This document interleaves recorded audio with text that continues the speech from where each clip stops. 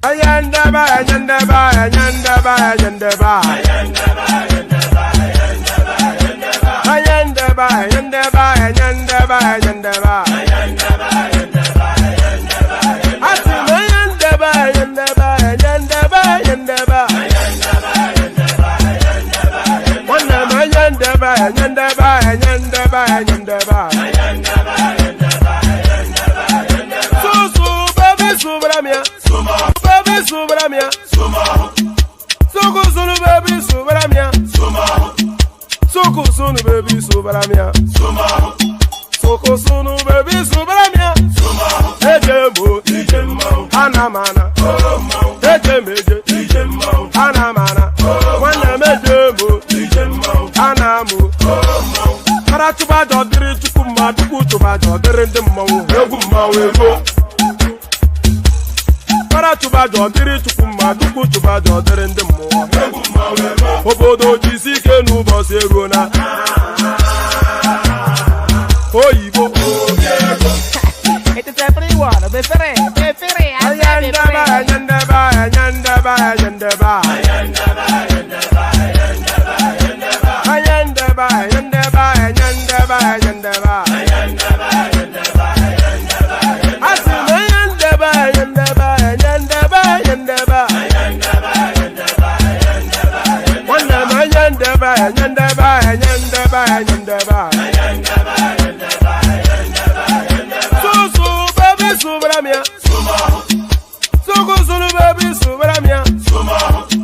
Suku sunu baby subramia. Suku sunu baby subramia. Ladies and gentlemen, sometimes you just have to act like you are drunk, like you are crazy. Confuse your enemies. Confuse them. Oboda say yeah we mo.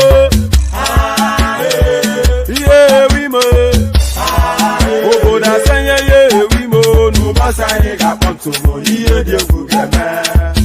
Okwitara kara mi nguru ma mi ga kwuru mu gwo ya baby mo. Abe Maria. Why feeling? Ayandaba, ayandaba, ayandaba, ayandaba. Ayandaba, ayandaba, ayandaba, ayandaba. Asim ayandaba, ayandaba, ayandaba, ayandaba. Wanam ayandaba, ayandaba, ayandaba, ayandaba. Susu baby subramia. Soko sunu baby subramia.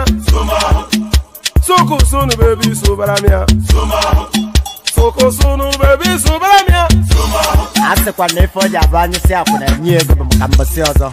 Since I was born, but now I am getting youth. Akuna mota nwa akuna koga book.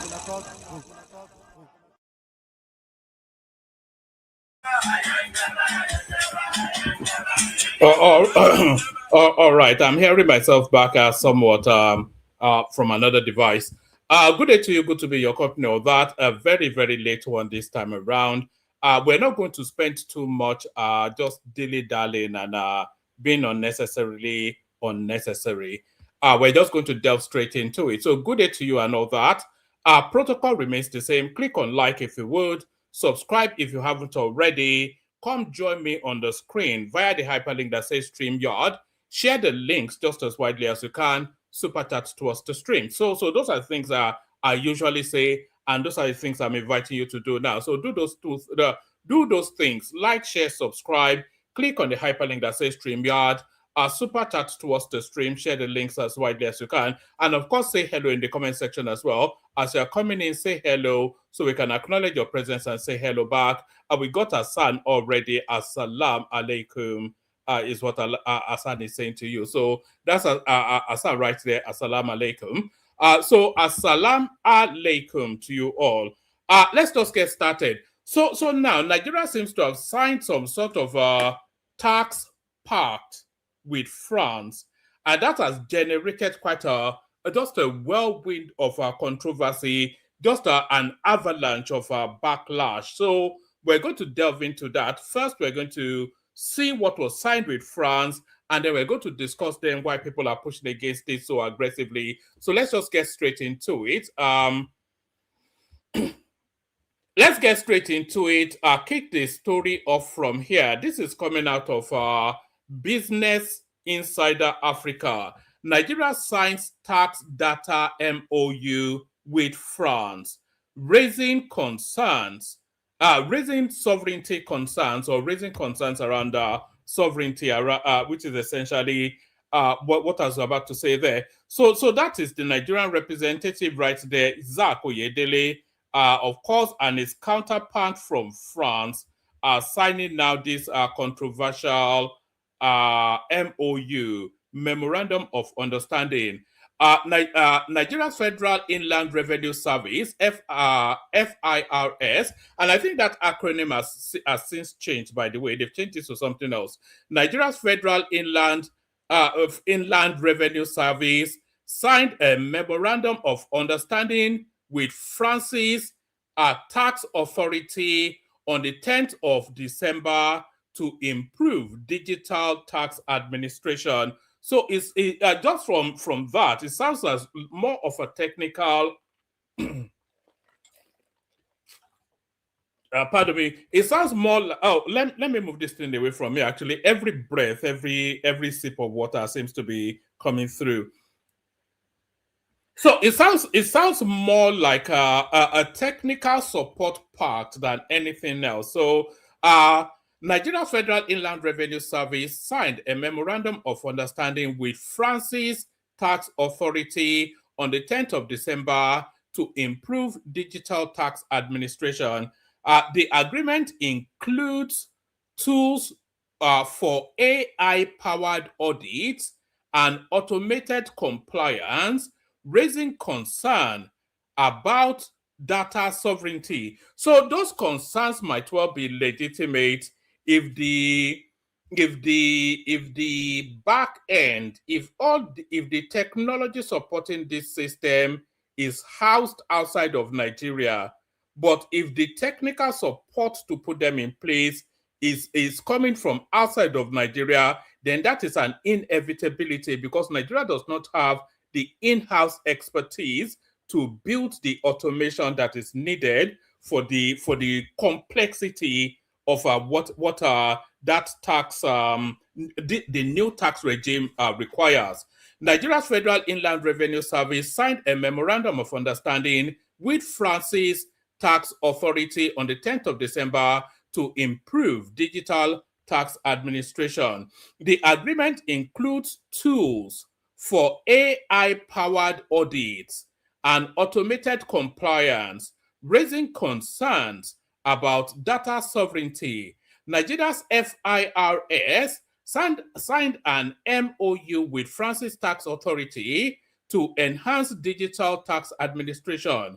Aggregated economic data will be shared under the MOU, emphasizing protection of raw taxpayer information. So it's not even the information of Baba Sule that sells meat down the road. I don't think that anybody, especially, although you might well want to establish pattern with that, because they will establish pattern with that, but it's really the top end echelons and their financial records. That's really where the concern is. Aggregated economic data will be shared under the MOU, emphasizing protection of raw taxpayer information. Critics express worries over potential risks to Nigeria's fiscal independence and exposure of sensitive information. So I'm not quite sure when the Nigeria became a country of any consequence that information is sensitive there. Nigeria has decided to move. Pardon me. Nigeria has decided to move ahead with a new tax partnership with France. Despite concerns over data security and national sovereignty, the deal gives Nigeria access to AI-powered audits, automated compliance systems, real-time economic and analytics, and cybersecurity tools. However, it has raised questions about the potential exposure of sensitive economic data and the possible impact on Nigeria's fiscal independence. Under the agreement, Nigeria will share aggregated and anonymized economic, so that is to say disguised. So there will be no name, just raw data. It's just raw data without names is what that essentially tells us.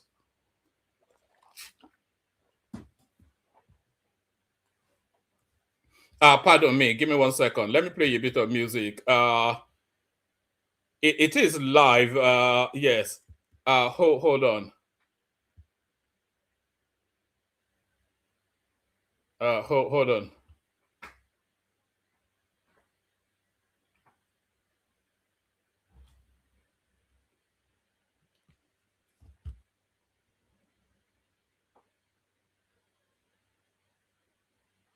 What's going on? What's going on? Why are you not in bed?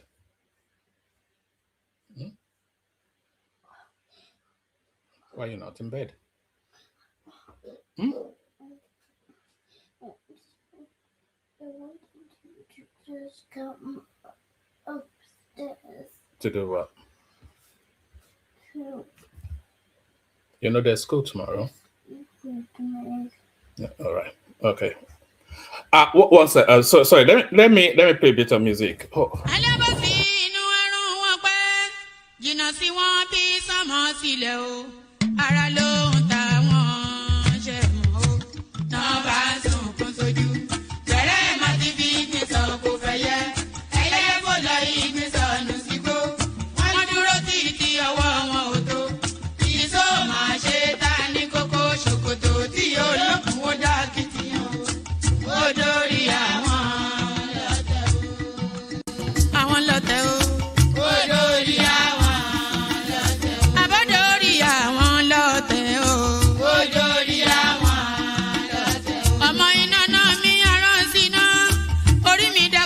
ṣì mí lọ́nà o mo tẹríba fàdà àgbà o àgbà ẹ foríjì ni ojoojúmọ́ ni mo ń pọ́n wọn lé mo ń ṣèyá sí àwọn àgbà o mi ò fojú tí rìn wọn láyé ọmọdé ẹ má fàgbà ṣe yẹ̀yẹ́ torí oníkọ́ tó yọlá ni ọmọdé ń bọ̀ wá dàgbà o màmá ń bọ̀ wá dàgbà o.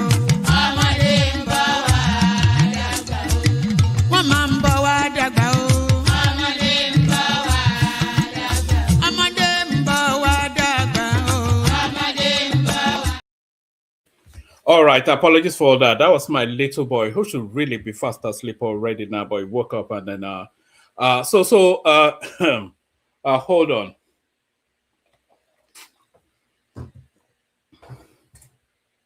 So if you've ever wondered why I come out so late, that's exactly why. I needed him to be in bed already before I come out, but he woke up looking for daddy and all that. So that it is.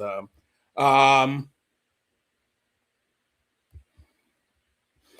right. So we were talking about the MOU signed between France and Nigeria to somewhat it's around our taxation essentially, and a lot of people concerned that our sensitive information will be stored in the hands of our foreign bodies. Nigeria signs tax data MOU with France, raising sovereignty concerns. So I'm starting it all over again, of course, because we're disrupted. Pardon me, I'm out of breath. Nigeria's Federal Inland Revenue Service signed a memorandum of understanding with France's tax authorities on the 10th of December to improve digital tax administration. So that was what was signed. The agreement includes tools for AI-powered audits and automated compliance, raising concerns about data sovereignty. Nigeria's Federal Inland Revenue Service signed an MOU with France's tax authority to enhance digital tax administration.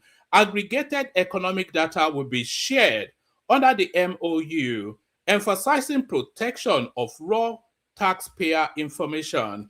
Critics express concerns over potential risks to Nigeria's fiscal independence and exposure of sensitive information. So that was what we were looking at. Nigeria has decided to move ahead with a new tax partnership with France despite concerns about data security and national sovereignty. The deal gives Nigeria access to AI-powered audit, automated compliance systems, real-time economic analytics, and cybersecurity tools. However, it has raised questions about the potential exposure of sensitive economic data and the possible impact on Nigeria's fiscal independence. Under the agreement, Nigeria will share aggregated and anonymized economic information, including insight on multinational. So this is where the concern really is. Like I said, it wasn't really about Baba Sule sending meat down the road and how much is paying in tax. It's the multinationals, the super rich, the Dangotes, the Rabios, the Otedolas. That's really where the concern is. Under the agreement, Nigeria will share aggregated anonymized economic information, including insight on multinational companies, transferring pricing, and profit shifting practices. Although officials have emphasized that no raw taxpayer files will leave the country. Nevertheless, critics caution that even aggregated data could reveal key financial patterns, giving France insight into Nigeria's economy and potentially affecting the country's control over its fiscal policies. So it looks as though, as the Francophone countries are rescuing themselves from France, Nigeria is throwing herself into the hands of France. This seems to be what is going on. One post on X, the truth is, this data can reveal key financial patterns and give France visibility into our economy. Once it leaves, we cannot get it back, putting our national economic sovereignty at risk. The commentary added, this MOU could compromise our control over our revenue system. So because it's an administrative tool, so it doesn't deliver anything. You know, yes, it might give out information as to patterns, but I cannot see how this comes into play.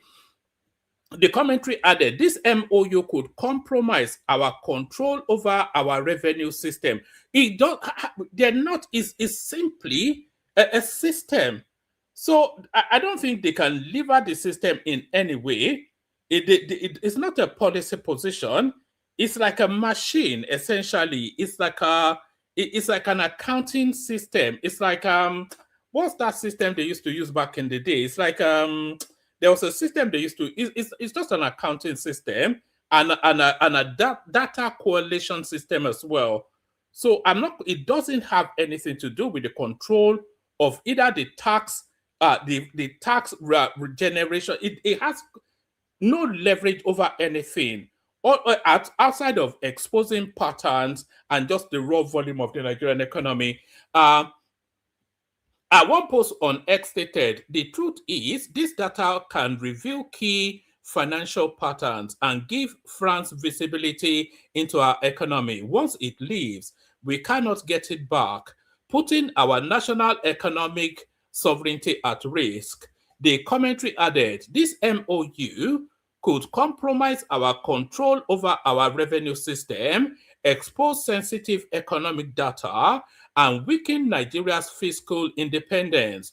We are big enough to manage our own tax system and employ our experts. So which expertise do we have in heavy lifting as financial structures and AI that would, so they should go and get a Ikaite down the road, to go and build a system.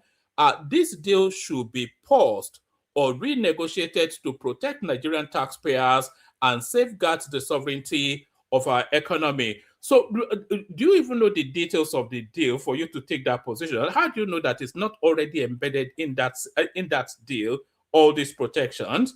Another observer noted, allowing France into our tax system is effectively giving them a dashboard on our economy highlighting the risks of foreign access to sensitive financial information. But I broadly agree, by the way, with the criticism of this particular MOU. You know, I don't think we should be letting France access that sensitive level of information, knowing the antecedents of France, which is usually exploitative, especially of third world countries. France's changing role in West Africa. The MOU comes amidst a broader shift in France's engagement in West Africa. Since 2022, Paris has ended major counter-terrorism missions in Mali, Burkina Faso, Niger, Chad, and Cote d'Ivoire, and closed bases in Senegal and amidst rising French anti-French sentiment. The country now likely limits its involvement to training, intelligence sharing, and targeted support requested by regional governments. The agreement follows a recent coup attempt in Benin, where France provided intelligence and logistical support to foil the plot. Paris also shared information with Nigeria, which deployed fighter jets and troops at Benin's request, Reuters reports. Following the incident, French President Emmanuel Macron pledged to strengthen security and counter-terrorism cooperation with Nigeria at the request of President Tinubu. This move, now adopted by France in its dealing with West African nations, reflect a strategic shift towards collaborating bilateral cooperation across both economic and security domains, rather than the country's previous focus on military posturing. Strategic implications.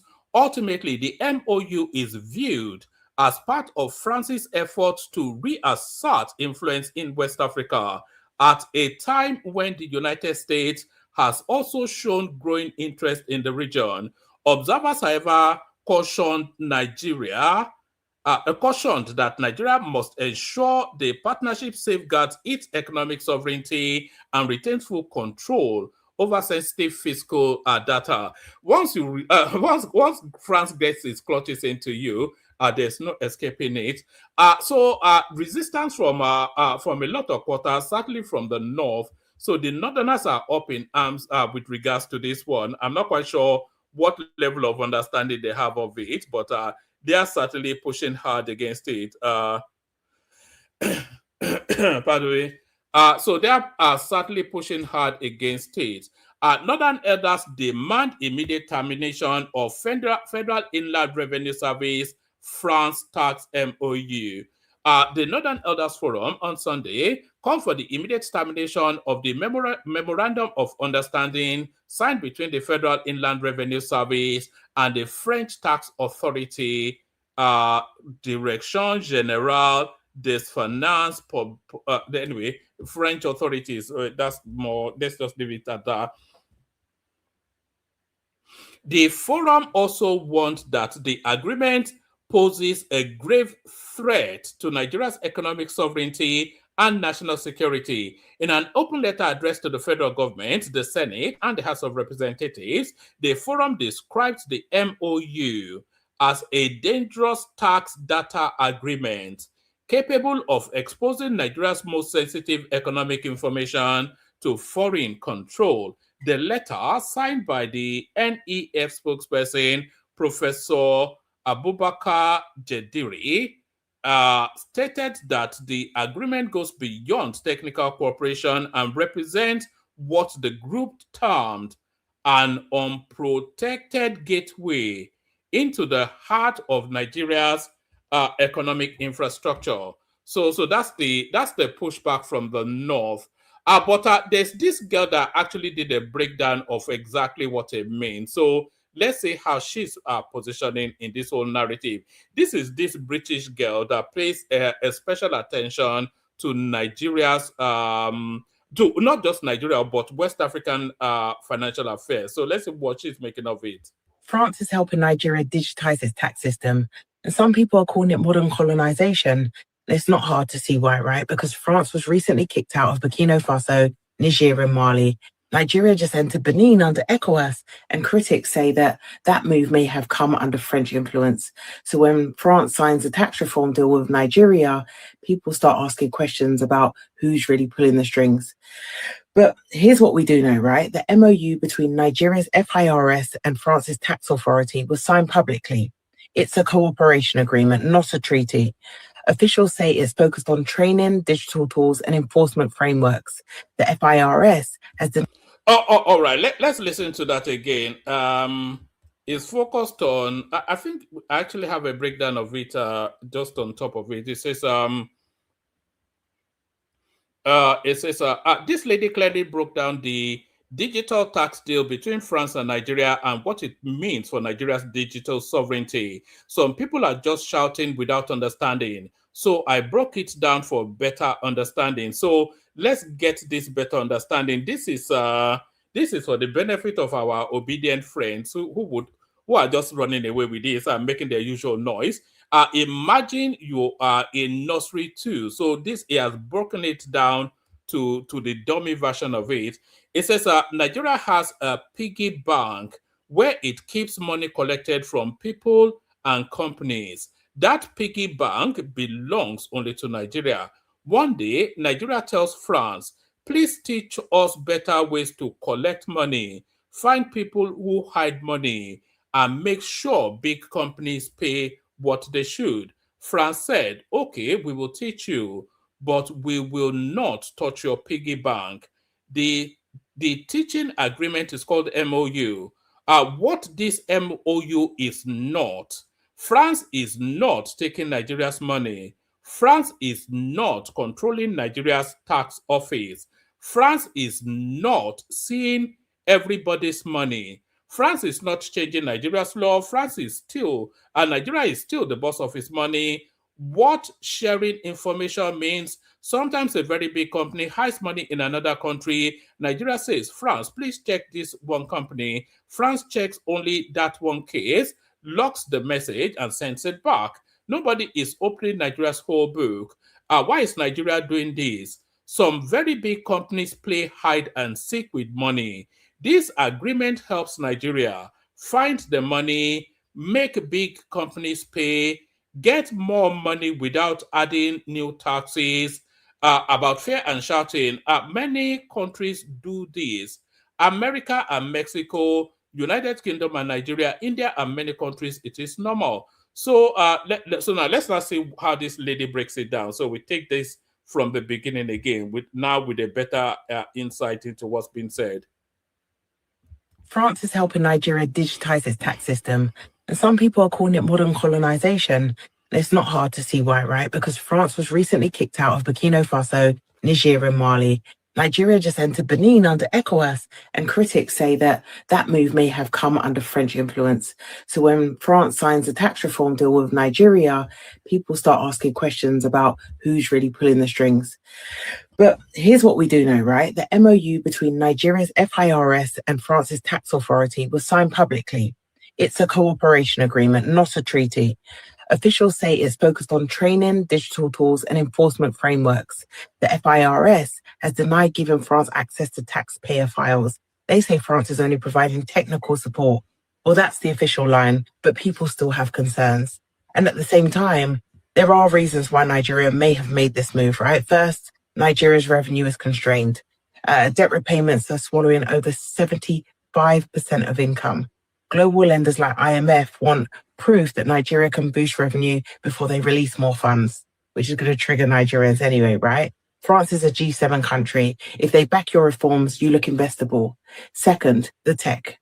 France has working digital systems, Nigeria doesn't. And this isn't about coding, it's about structure, linking banks, customs, tax IDs, and government data. That's the kind of system that could take years to build in-house. Third. She says it could take years to build. This is exactly what I was saying. Nigeria doesn't have the accoutrements to build this system itself. We're simply not equipped to do it. So if we're not equipped to do it, and if it will take us years to be equipped to do it, if people that have already done it are able to help us put it in place, then why not? So I'm not quite sure how this particular narrative is being framed by the obedient space, but it's nothing more than it says on the tin, exactly what they wrote on the tin. It is technical support to get over the heavy hump of the automations of a complex tax system. So that's just what that is. Let's go back just a third. Do know, right? The MOU between Nigeria's FIRS and France's tax authority was signed publicly. It's a cooperation agreement, not a treaty. Officials say it's focused on training, digital tools, and enforcement frameworks. The FIRS has denied giving France access to taxpayer files. They say France is only providing technical support. Well, that's the official line, but people still have concerns. And at the same time, there are reasons why Nigeria may have made this move, right? First, Nigeria's revenue is constrained. Debt repayments are swallowing over 75% of income. Global lenders like IMF want proof that Nigeria can boost revenue before they release more funds, which is going to trigger Nigerians anyway, right? France is a G7 country. If they back your reforms, you look investable. Second, the tech. France has working digital systems, Nigeria doesn't. And this isn't about coding, it's about structure, linking banks, customs, tax IDs, and government data. That's the kind of system that could take years to build in-house. Third, France has corporate interests. Total Energy is heavily invested in Nigerian oil and gas, right? So it's fair to say that France benefits if Nigeria's economy stays stable. But here's what's missing from the public deal. No open source alternative, no challenge to local developers, no ECOWAS-led version, no national consultation. It didn't have to be France, right? No. Why did it? So I agree with quite a few of the things she said there. She said, so where's what? No, it says, what's missing in the public deal? No open source alternative, no. So no open source alternative. It was saying it was a bit like the high-tech deal with the Shagora family. There was no open bidding. It wasn't put to tender. So that's what she's saying there. So she's saying no open source alternative. So no open source alternative. It wasn't put to tender. So I cannot say I fully agree with that. If it's ready to go and they have trust in the French, which they seem to have, they seem to, especially the Tinubu administration, they especially seem to have a good relationship with the French. So it didn't need to be open sourced. If there's already it's the same argument that we had with high tech that was awarded to the Calabar Coastal Road. It did not need to go to tender because in fact, even more so that a high tech award of the Calabar Road, it did not really need to go to tender because there was no other capacitation locally outside of high tech to take that on. Now there are capacitations globally to take on this tax MOU that Nigeria has with France. There's other people that could have done it, but this particular administration already has an established rapport with the French. So that open source tender, but she goes on to say there's no local content. So I'm not quite sure if it's embedded in that deal that there has to be a local content, because with most Nigerian deals, there's usually a local content, especially in training, and even the training is a local content and technology transfer and all that. So they'll be embedded in that deal, as often is the case with Nigerian international deals, a local content element. So she may be mistaken in that, just for reasons of her not knowing. No challenge to local developers, no ECOWAS-led version, no. What does she mean, ECOWAS-led version? What has Nigeria got to do with ECOWAS? Nigeria is the only literate country in where ECOWAS. So if Nigeria is not capacitated, then there's only one educated country in West Africa, and it's Nigeria. So if Nigeria can't do it, then what does she mean, ECOWAS something? National consultation.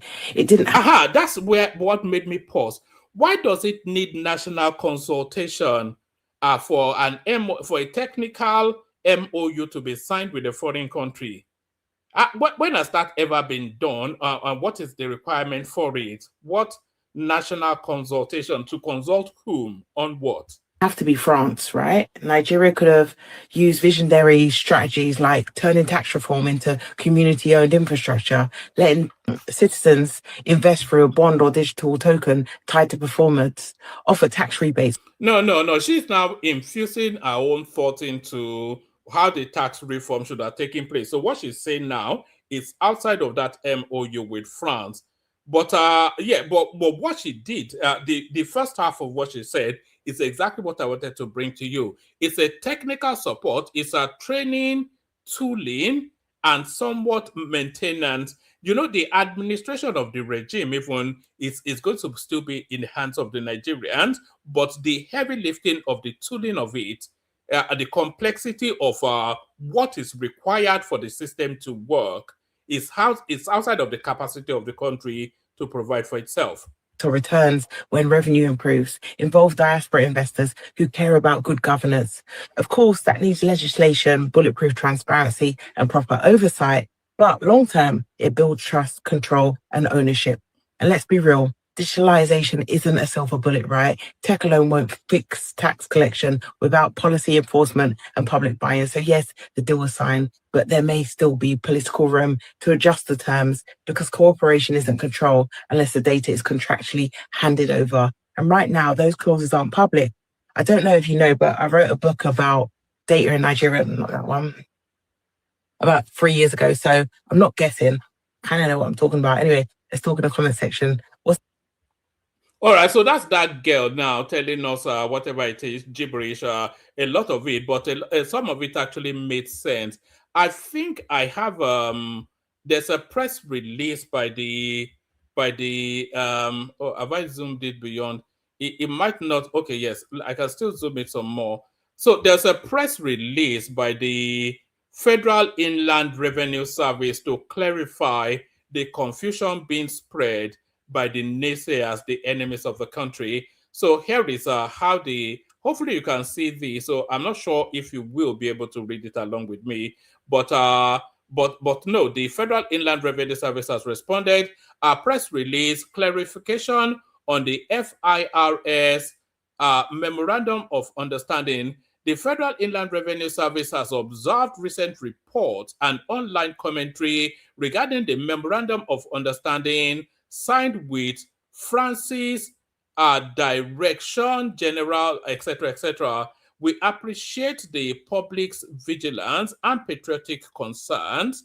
However, it is important to provide clarity. The MOU is a standard globally recognized cooperation framework focused solely on technical assistance and capacity building. It does not grant France access to Nigerian taxpayer data, digital systems, or any element of our operational infrastructure. All existing Nigerian laws on data protection, cybersecurity, and sovereignty remains fully applicable and strictly enforced. The NRS, like its predecessor, FIRS, and by the way, they've changed the acronym. I think they changed it as recently as today, actually, from for reasons of so the NIRS was the Federal Inland Revenue Service, and then this NRS now, I think it's the National Revenue Service. So that's the new acronym that they're going with. The MOU is a standard globally recognized cooperation framework focused solely on technical assistance and capacity building. It does not grant France access to Nigerian tax data, digital system, or any element of our operational infrastructure. All existing Nigerian laws on data protection, cybersecurity, and sovereignty remains fully applicable and strictly enforced. The NRS, like its predecessor FIRS, places the highest premium on national security and maintains rigorous standards for the protection of all taxpayer information. So let's scroll down. You can imagine scroll down. Right, what's going on? It's now no, don't do that. Okay. All right.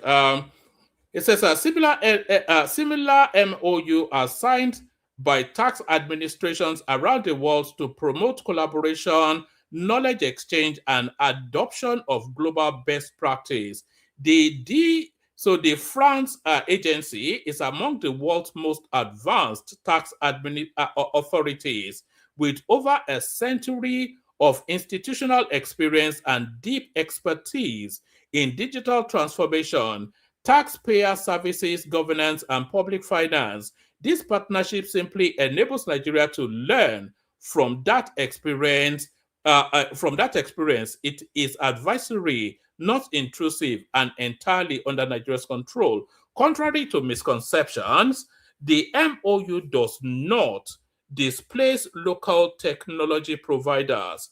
FIRS, or the Emerging Nigerian Revenue Service, continue to work closely with Nigerian innovators such as NIBSS, InterSwitch, Paystack, and Flutterwave. The MOU does not include the provision of technical service. It is limited to knowledge sharing, institutional strengthening, workforce development, policy support, and best practice guidance. So that seems to that doesn't actually give us much in terms of did I reduce this? It's not letting me scroll. It says it gets that much more difficult to read now.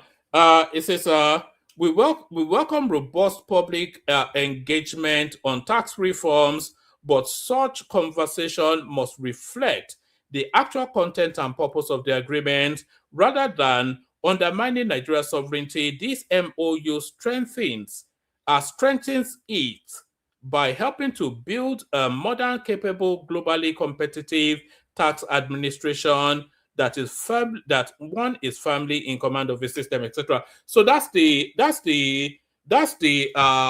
Federal Inland Revenue Service. Now, National Revenue Service making their best attempts to debunk that, but I don't think people really care about what is fact or fiction in that. It's just another cane to whip the government with. I don't think they especially care about the nuances or the intricacies. No, it's just another avenue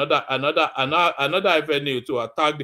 This is a Tinubu. He has sold the country to the French because it's the French that blackmailed him because they have his medical records, and now the usual ding dong that we get from our usual friends. Ex-Labour Minister Ngige docked, remanded in Kuje prison. So this is the EFCC now sweeping them up somewhat. I wonder why, especially Ngige though, because I was expecting like Sadia Farouk to have been jailed already. Abubakar Malami, thankfully now in custody, and now this guy now, Chris Ngige, former Anambra governor. A high court of the Federal Capital Territory sitting in Guaripa on Friday remanded the former Minister of Labour and Employment, Chris Ngige, in Kuje prison. Justice Mariam Hassan issued the remand order after the erstwhile minister pleaded not guilty to an 8-count charge that the EFCC preferred against him. The court held that he should remain in detention until Monday, when his bail application will be heard. Ngige, so what are they accusing us? Part of the charges against him borders on abuse of office, as well as the allegation that he accepted kickbacks from firms that were awarded contracts by the Nigeria Social Insurance Trust Fund. Kickback. Okay. What has Kickback got to do with it? Did they carry out the work? If they did the work, leave him alone. No. What about Abubakar Malami that was just stealing the money without any fear or compunction? So let's go from that. Lagos State Assembly has passed. The Lagos State Assembly has passed Amotekun Core Bill into an existing law on the Neighborhood Safety Corps to accommodate Amotekun. So this was done. The bill passed on Amotekun after it scaled the third reading by lawmakers. So I'm not quite sure what that means. Why is that good news? Why is that good news? What does that add to anything is the question. And still on the corruption space, Abubakar Malami, as I said, in custody, and as always is the case, his friends are claiming political witch hunt. Article ADC, alleged witch hunt over Malami. This is not politics, EFCC fires back. Former Vice President Alhaji Atiku Abubakar and the African Democratic Congress ADC have accused the Economic and Financial Crimes Commission EFCC of turning law enforcement into a political tool following the revocation of bail earlier granted to former Attorney General of the Federation Malam Abubakar Malami. The EFCC promptly responded, denying claims by Malami that his bail was revoked over his attendance of a political gathering in Kebbi State. EFCC insisted that the matter had nothing to do with politics, but everything to do with unmet bail conditions.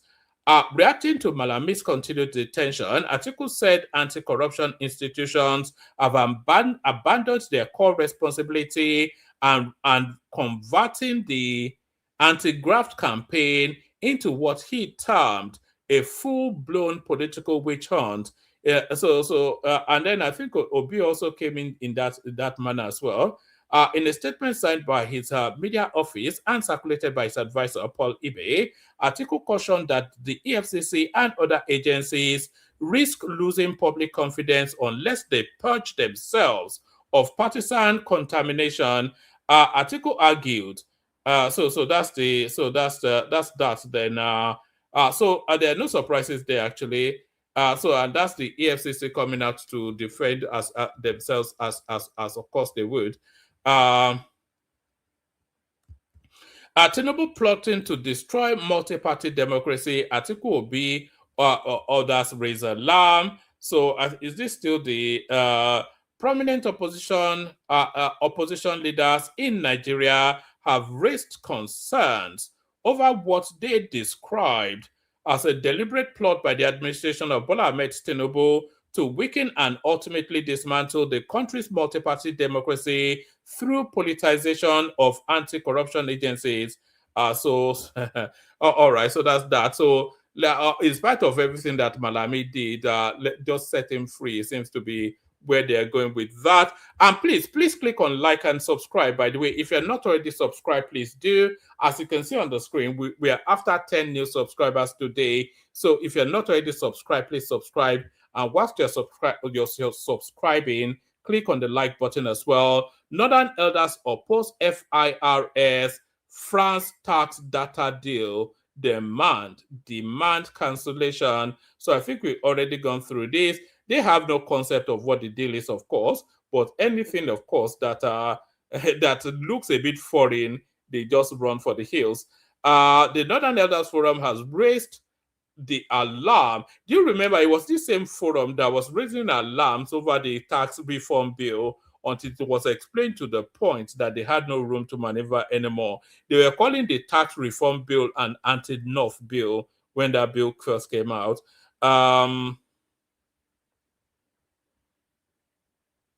All right, so it'll be a narrative around sovereignty. I think we've already done that anyway. So this one now seeks to query then what qualifies. A lot of the female ambassadorial people, they were just told to take a bow and go. So this piece now seeks to query just what qualifies them. It says, how does being a former first lady qualify you for ambassadorial position? Even worse, without screening. We are using the lives of 200 million people to compensate wives of lackluster governors. Take a bow and go. A very unserious assembly. Even the most qualified has to go through screening. It is basic standard and common sense. So they would have gone through screening before they got to that space, and the parliament would have perused their CV even before they attend the screening. So they would have gone through all the rigors that they should go. So all the ceremonies of them sitting in front is just really ceremonial. It has no impact. That is not where the decision is made, whether to approve them or not.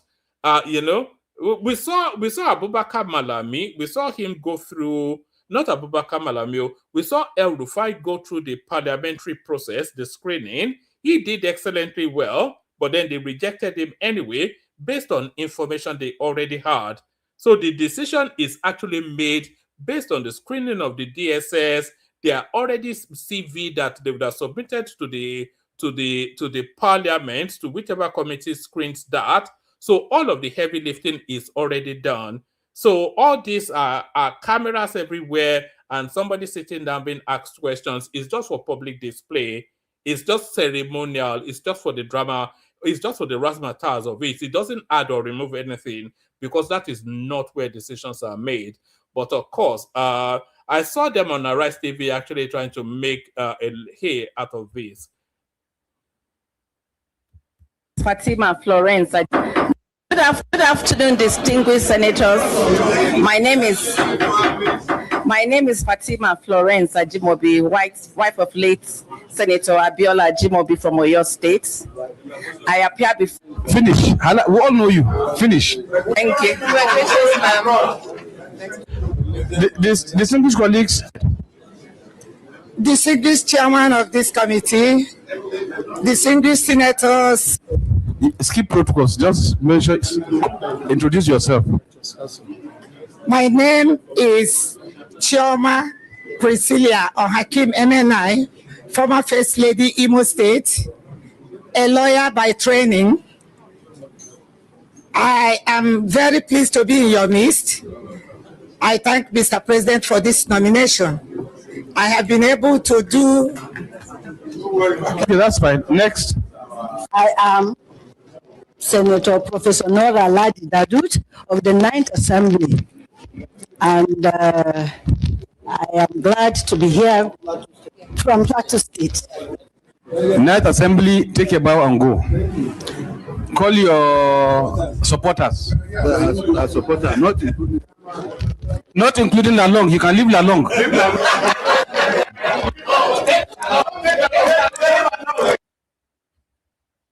So can you see all these heavy files being lifted? So that's the heavy work. So that is the background work that's already been done to peruse these people for the fit and proper test. So all the take a bow and go is already embedded in all these big files being carried up and down. So so that's the take a bow and go. Let's go on to this now one. Let me send the link again. Actually, if anybody wants the conversation, come in. If you don't want the conversation, then we'll meet again tomorrow. But what's more important is that people please click on like and subscribe. We know that the session is quite late, so we have no expectation that it's going to be any. We don't expect that we'll be pulling up trees with our bare hands with this one. But if you do want to come in, that's the link in the comment section right there. So if you do want to come in, that is the link in the comment section right there. The link in the comment section right there. So this is yet another feather in the cap, another feather in the cap of the newly appointed Minister of Defense, Christopher Muster, of course. Defense Minister visits family of slain Brigadier General Musa Uba. So I think Musa actually, I'm not quite sure if that's a Christian inflection in northern names. A lot of Musas are often Christians. Pardon me. Minister of Defense, General Christopher Musa, on Thursday paid a condolence visit to the family of the late Brigadier General Musa Uba. The visit was a show of solidarity with the Nigerian Armed Forces and deep respect for the family of the late Brigadier General Uba. According to a post on X, General Musa, who met with the wife and children of the late General Uba at the family residence in Abuja, paid glowing tribute to the fallen hero, whilst highlighting his exceptional bravery uncommon dedication and selfless service to the nation. He described Brigadier General Uba as a consummate professional whose sacrifice reflects the highest ideals of the Nigerian Armed Forces. So that's General Musa right there, just taking all the steps that just goes to enhance the confidence that a lot of people are showing in him. Let's go from that to yes, let's go on from that to this actually. So this seems to be the offshoot, the outcome of the Trump is coming to invade Nigeria narrative. It looks as though it might well be ending in favor of Nigeria with a defense pact being signed. Nigeria set to enter security pact with the United States over rising insecurity. Nigeria may soon enter a fresh security partnership with the United States as both countries intensify talks over worsening insecurity, terrorism, and violent attacks in parts of the country. The proposed pact is expected to focus on counter-terrorism cooperation, intelligence sharing, and broader security support, especially in areas affected by insurgency and communal violence. A United States Congressman, Riley Moore, disclosed that discussions between Washington and Abuja have reached an advanced stage. He said the process has been made following engagement with Nigerian authorities during a high-level visit. Moore made this known in a post on his X account on Saturday. He noted that the talks were part of ongoing efforts to address terrorism, sectarian violence, and humanitarian concerns linked with insecurity across Nigeria. So it talks about Moore's visit. So that's that. So that's that. So that seems to be where that intends to land. And this was the session I was going to have yesterday, but I abandoned it. 2027 presidency, ADC raises concern that Atiku Obi may not team up against Tinubu. I wonder if, I would like to see them team up actually, but still expect that to fail. The African Democratic Congress, ADC, has expressed major worry about Atiku Abubakar and Peter Obi ahead of the 2027 presidential election. It says, ADC admitted that the former vice president and the 2023 Labour Party presidential candidate may not team up in the 2027 election. The ADC spokesperson, Malam Bolaji Abdullahi. So how does Bolaji even become a Malam? We usually give that title, we associate that title with the North. Explained why Atiku and Obi may not work together against President Bola Tinubu of the ruling of Progressive Congress APC. The African Democratic Congress ADC has admitted that former Vice President Atiku Abubakar and former Labour Party presidential candidate Peter Obi may not team up in the 2027 election. The ADC spokesperson, Malam Bolaji Abdullahi, said Atiku and Obi are not teaming up against President Bola Tinubu poses a challenge that worries the party. As reported by correspondents, Abdullahi stated this while speaking during an appearance on Arise TV on Friday, December the 12th. The ADC chieftain, however, cautioned against describing the Atiku Obi dynamic as the greatest threat to Nigerian democracy. I may not describe the situation in such superlative terms to say that it is the greatest threat to democracy at the moment. But is it a conundrum? Yes. Is it a challenge? Yes.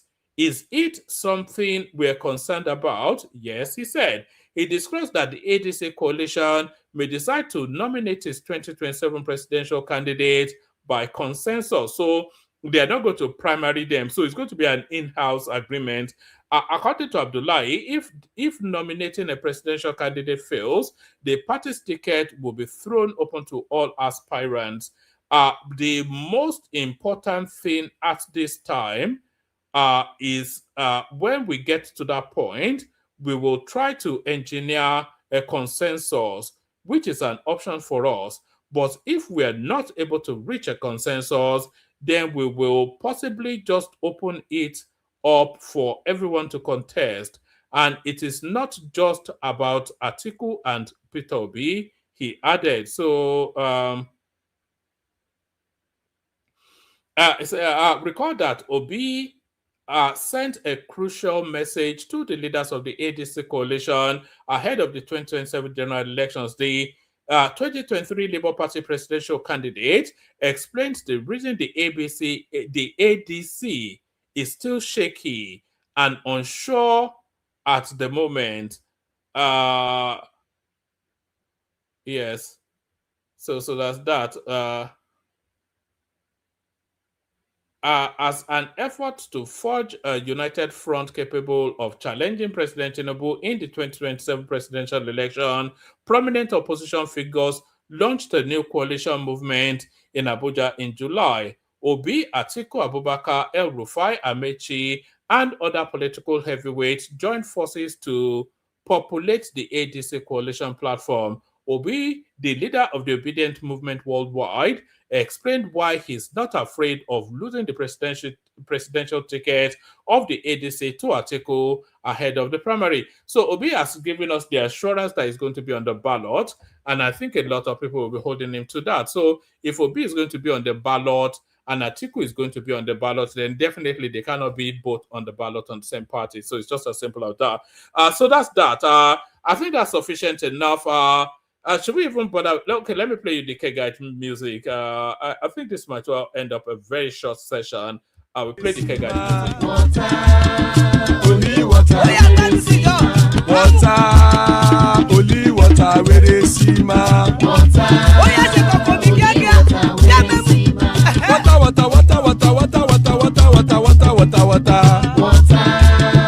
only water, where they see ma. Hapa o naido.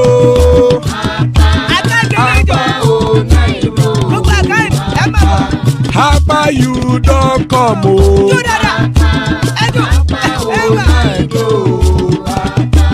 Hapa o naido.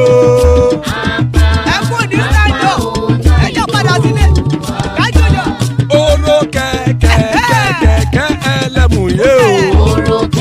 Ibe sodi kẹ̀kẹ́ ẹlẹ́mù re o. Obi master kẹ̀kẹ́ ẹlẹ́mù re o.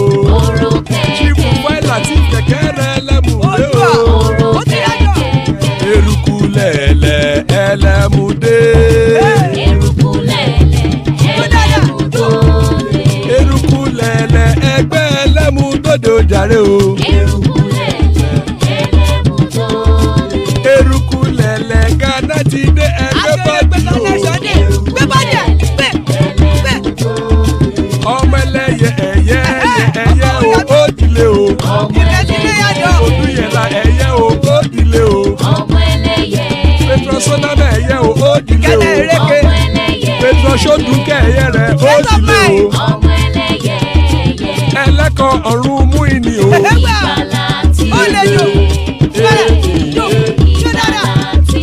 Àkùkọ ọ̀run mẹ́kọ̀.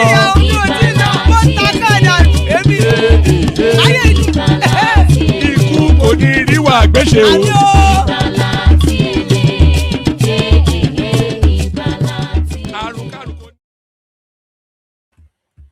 And there it is right there. Ikú kò ní rí wa gbéṣe, may death have nothing to do with us. So amen to that.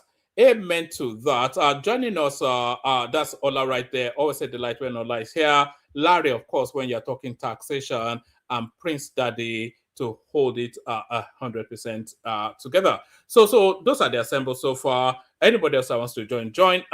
So let's kick it off, start it off with you, actually, because I know you pay particular attention to that sort of space. So what are you making of this agreement with the French, Larry, that has got Nigeria just all flustered and confused?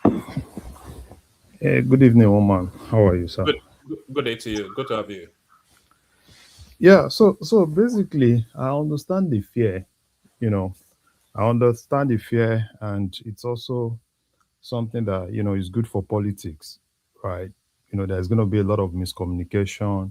There's going to be a lot of things that will be thrown around, a lot of half information in the media, within the Nigerian space, a lot of things, particularly with those that are pro all the military juntas in West Africa. They push a lot of things around. Yeah. So now let's talk about the facts. What exactly are we really going to benefit from this? And why are we really going into this? We all know that we have a new tax law and we're talking about implementation. We have a solid tax law, that we want to start implementing. And in order to implement this, do we have the capacity in order to digitalize the implementation? No, Nigeria does not have that capacity to digitalize that, and Nigeria tax system is more like, yeah, probably you have a B2 engine and you want a Tesla body, and people want that B2 engine to work like a Tesla. And how do you make your B2 engine to work like a Tesla? Then you need help. And that's exactly what we're trying to do. I've seen a lot of people talk about data privacy, data security and everything. Yes, which is actually a genuine thing, right?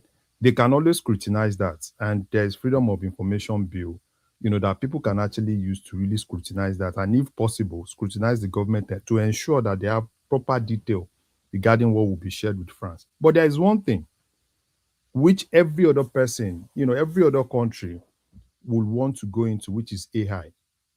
In terms of AI in tax implementation, France is actually at the forefront now. It's one of the best in Europe. And that's exactly what Nigeria really needs, particularly in terms of fraud detection. They've deployed a lot of investment in AI. I think this year alone, with that, in terms of AI for fraud detection, France was able to detect over 16 billion pounds, 15 billion euros, which is good. So Nigeria has a lot of things to benefit. And in terms of sharing, capacity building, staff training and retraining, Nigeria really needs a lot of training, regarding that aspect. Yeah, I understand. People say, oh, yeah, why is it France? Okay, if it's not France, okay, should it be UK or should it be US, right? Basically, a country will always look for countries that are friendly. If it's either of those countries, the same criticism will still come into play that they're selling our sovereignty either to the British, the Americans, and they'll tell us that anyway. So it's not a valid argument, but carry on, carry on. Exactly. So it's not really a valid argument, but it's good for politics. We all know it, right? Nigeria is everything in Nigeria, right? It's all about politics. Even when people know the truth, even when people know the facts, they would rather leave the facts and follow the ones that, the papers, the ones that will create a lot of traffic, which is, oh, they are selling the country to France. They are doing this, they are doing that, which is normal, right? In any country where people rely more on headlines, rely more on things that actually carry traffic and stuff like that. But for me, the National Assembly should scrutinize it, particularly in terms of, data privacy, data security. Yeah, they should scrutinize it in that aspect. And when it comes to the other aspect, we are going to benefit a lot. We're going to benefit a lot because part of the things that we've always talked about, we had a very solid tax law. Implementation has always been the problem, right? We've always, okay, fine. It's not just FIRS now. You're talking about the whole bringing everything in a single centralized location and ensuring that you have one system, single body to administer the whole thing, which is huge. So I do not know how they're going to do it till now. If you still tell me, I've been looking at what is actually happening. Probably FIRS has another plan, but I think this is actually going to be it. Oh, what are you making of the timing, though? I mean, because the new tax regime kicks in as early as next month, and now they're just a month before it is when they are signing technical support agreements. So, I mean, no, that shouldn't be a problem because it's not like they're just building it is not like they're just building the application. It's an existing application, right? It's an existing application. I think the only thing we just need to do is just one or two integrations to kind of like plug things in. So it shouldn't be really. Those are things that I'm very sure they will have looked into it. I'm very sure it's not like they just signed, right? You are just hearing it because they've just signed. Probably there will have probably be conversation, backdoor conversation, before this time.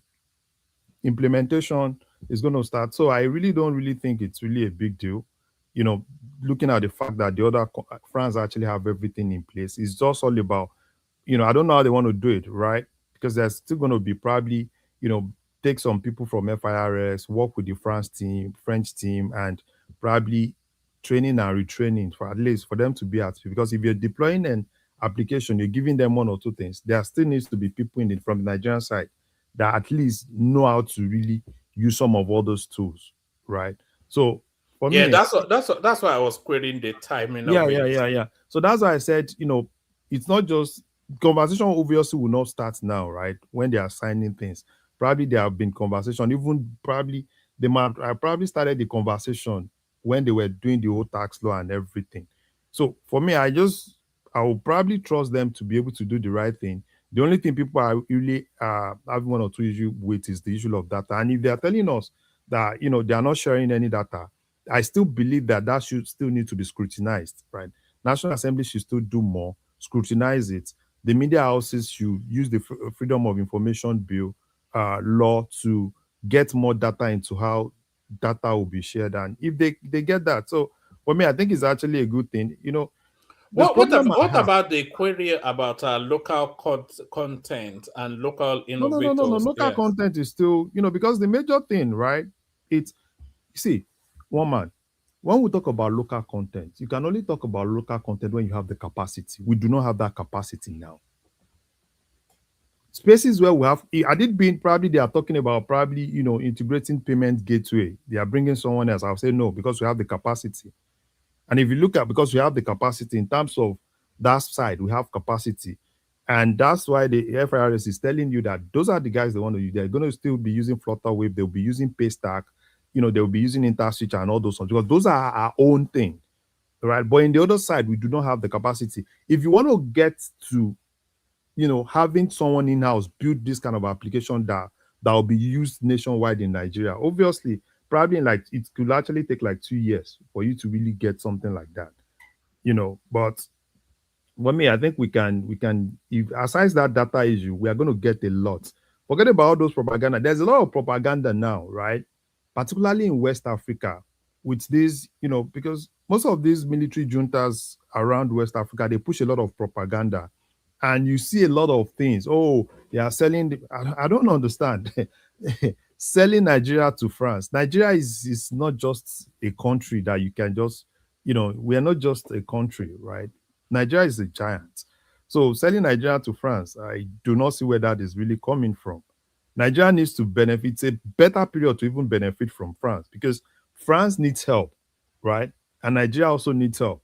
So basically, they just need to meet at the middle and mutually look for what will kind of like benefit the two countries. France is not an enemy of Nigeria. I don't know when people talk about France.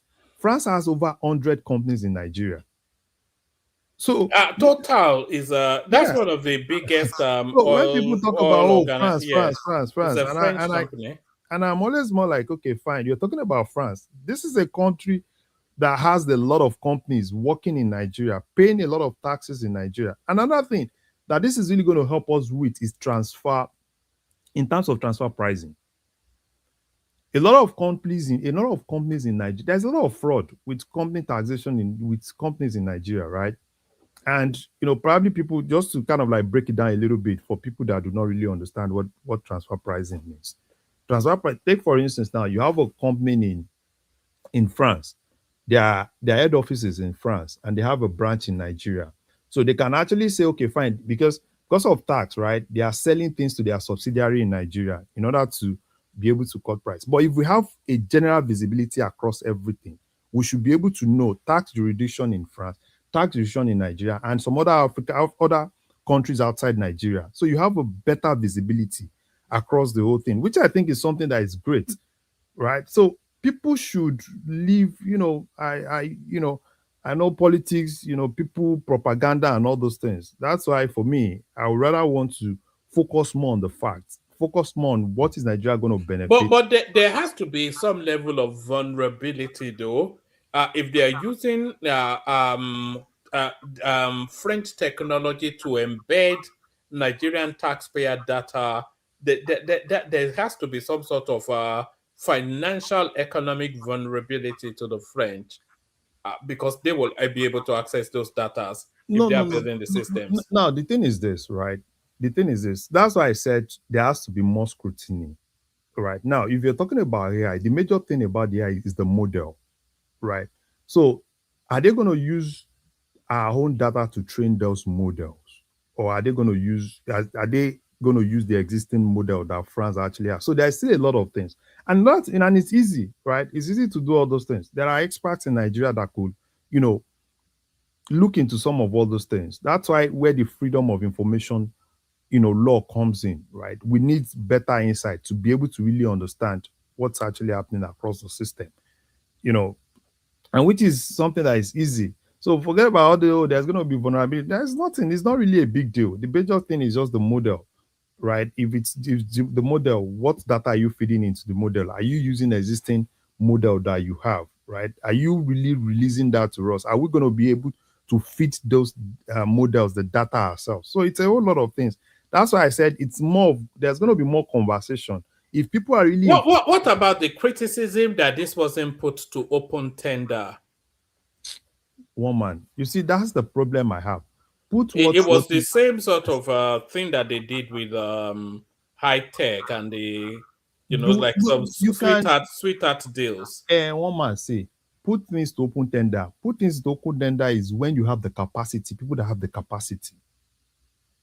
As of today, there is nobody, single tech company in Nigeria that has the capacity. No, not in Nigeria, globally. Why wasn't it put to global tender? Yes. No. Open tender globally.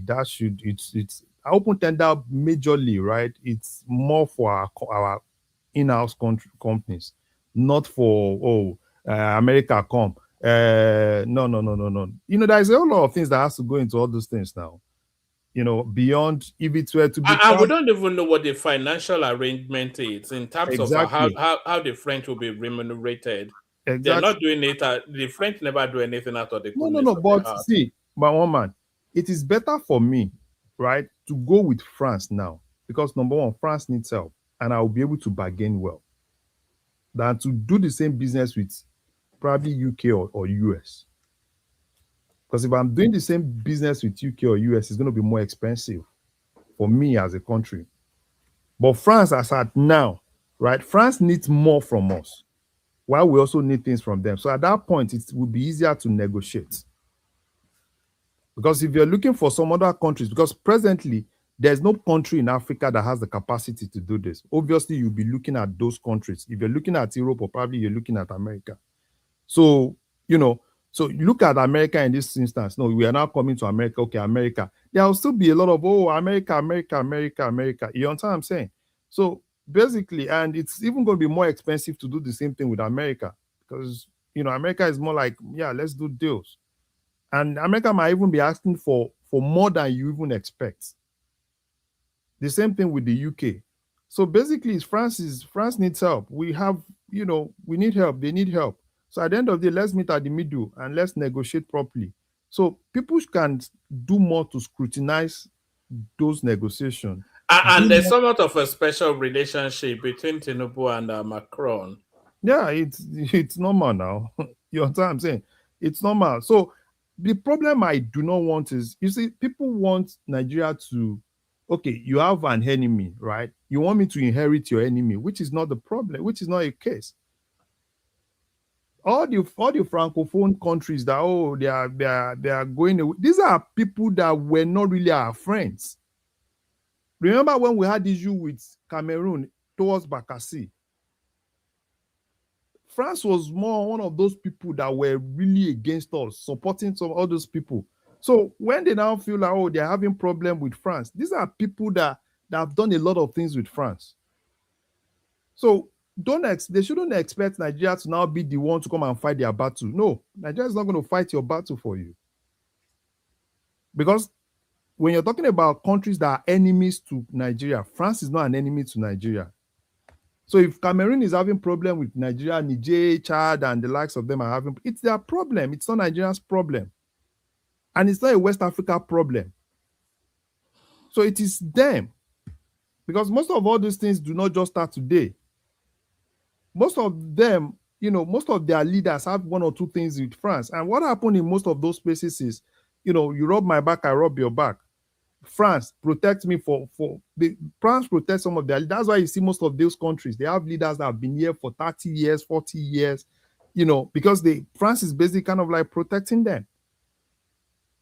So when countries that are not really democratic, and when they are now having one or two problems and they expect Nigeria to now be the ones to come and fight their battle, no. Nigeria will not fight anybody's battle. Nigeria will definitely go for countries, do business with countries, have mutual agreements with countries based on things that favors Nigeria. And that's the major thing that people really need to understand. If you're having problem with France in terms of the data, scrutinize it. I don't have a problem with it. Scrutinize it. If you see anything, they can use the courts, use National Assembly, use freedom of information, do all those things. But telling me that, France, France that Niger is having problem with, that Chad is having problem with, why is Nigeria being friend to France? I'm like, is that not? They're also promoting the narrative that it was France that puppet mastered Nigeria to intervene in Benin Republic. Woman, that's why I said, you see, there's been a lot of propaganda, right? A lot of propaganda on the internet and on everything. And the thing is, they feel that Nigeria should be in a position to help them fight their battle. Because obviously, Nigeria as a country, if Benin goes down, then Nigeria a lot of things will happen to Nigeria. Because as of today, when you talk about Lagos, when you talk about port in Lagos, you can't talk about port in Lagos without talking about that port in Benin.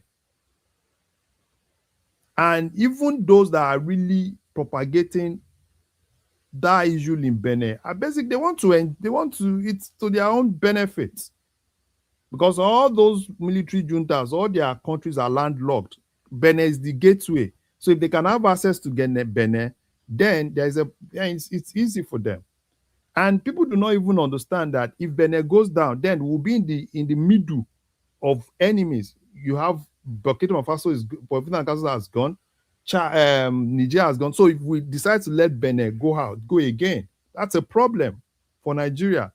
And a lot of people do not even understand. Because when you have a problem with all those countries, you have a problem with Benin, then you start seeing, look at what happened in Burkina Faso. So if you're having that problem in Burkina Faso where their airspace, they are hostile with their airspace. Chad, Niger, hostile with their airspace. Benin, hostile with their airspace. And Nigeria is in the middle of it. It's not just going to affect the government. It's going to affect everybody in Nigeria. So we cannot afford to allow Benin to fall into the hands of those guys. So whatever anybody wants to say in Nigeria, we don't even care. Because all those countries are not even Nigerians' friends. They've always been hostile to Nigeria as a country. They've always seen Nigeria as a competitor. They've always seen Nigeria as a threat. So if they're having problem with their masters, with their colonial masters, it shouldn't be Nigerians' problem. Because those are people France has always been behind them to fight Nigeria at every point. If there's a problem with Nigeria and Cameroon, you will always see it's France. If there's a problem with probably Nigeria and Niger, before now, it's always been France. So France has always been fighting their proxy war for them against Nigeria. So anybody should not even expect Nigeria to now come and start fighting France. For what? France is our friend.